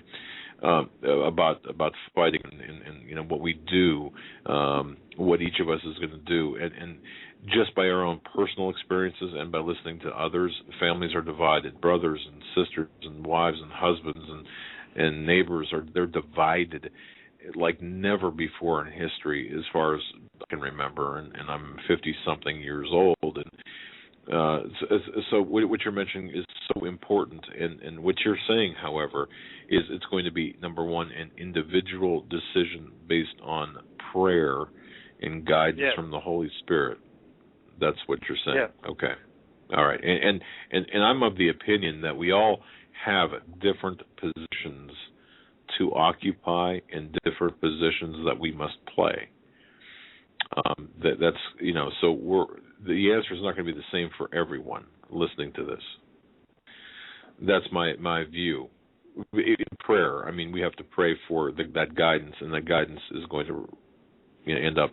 We're not going to have the same positions to play. But very well said. Now, how soon? And this is a question. I've got multiple questions, multiple listeners from three different countries now. The same question: how soon after January 20th, 2013, do you see all of this taking place? All of this manifest in front of us. There is a plan taking place right now that is not on the news. Obama has been doing a plan behind closed doors.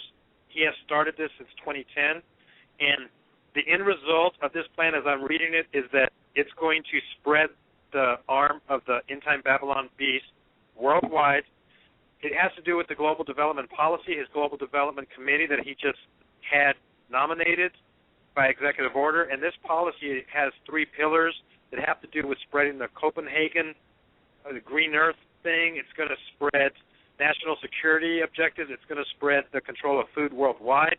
And he announced the nominations. It's on his website on December 21st, of all things, of the first 9. And the people on his committee are all CFR members. They're Rhodes Scholars. This plan is going to get the ball rolling worldwide. It's going to spread and make it hard for all nations to be disarmed. It's going to have rules in order to get aid from America. They're going to word it in order to get medical help, any kind of benefits. They're going to disarm not just America, but the world to spread this thing. So I don't know the exact date, but the infrastructure is happening now. All right, Mr. Leal, I got to say this: we've got about 2 minutes left of the program. The program went extremely quickly. I can't believe it. We would be very humbled if you would come back on, perhaps even on a semi-regular basis to give us updates, because I think your information is so important for people. Hopefully that will be the case, that you will share with us your continued wisdom and knowledge and findings. And I certainly have learned a lot, and I think our listeners have as well. Folks, burn this to CD. Put it on YouTube. Yeah, share this with others, and by all means, visit and ultimately bookmark watchmanscry.com. Watchmanscry.com. Nathan Leal, we want to thank you so much for being so generous with your time and speaking with us tonight. And hopefully you can come back on soon, because we have a lot more questions. We just scratched the surface, and Nathan's website has really a lot of information. You can grab a cup of coffee, grab a pot of coffee, and spend a day or two there. It's just amazing. Watch all of the videos. Mr. Leal, again, we want to thank you so much for being a part of our program. Thank you so much for having me, gentlemen. I'll be glad to come back. God bless you, sir, and thank you so very much. Tomorrow, ladies and gentlemen, new time or a different time, 9 o'clock, we're going to have a special guest, Steve Quayle, and his financial insider, Steve Quayle and his Financial Insider. The show that was rescheduled from last Sunday that was supposed to go is coming on tomorrow. Exactly. And we will not be taking phone calls. It's going to be just a fantastic show. But with thanks to, and humble thanks to Mr. Nathan Leal, watcherscry.com. Folks, God bless everyone. Thank you so much for spending your time with us tonight. Have a good night, everyone.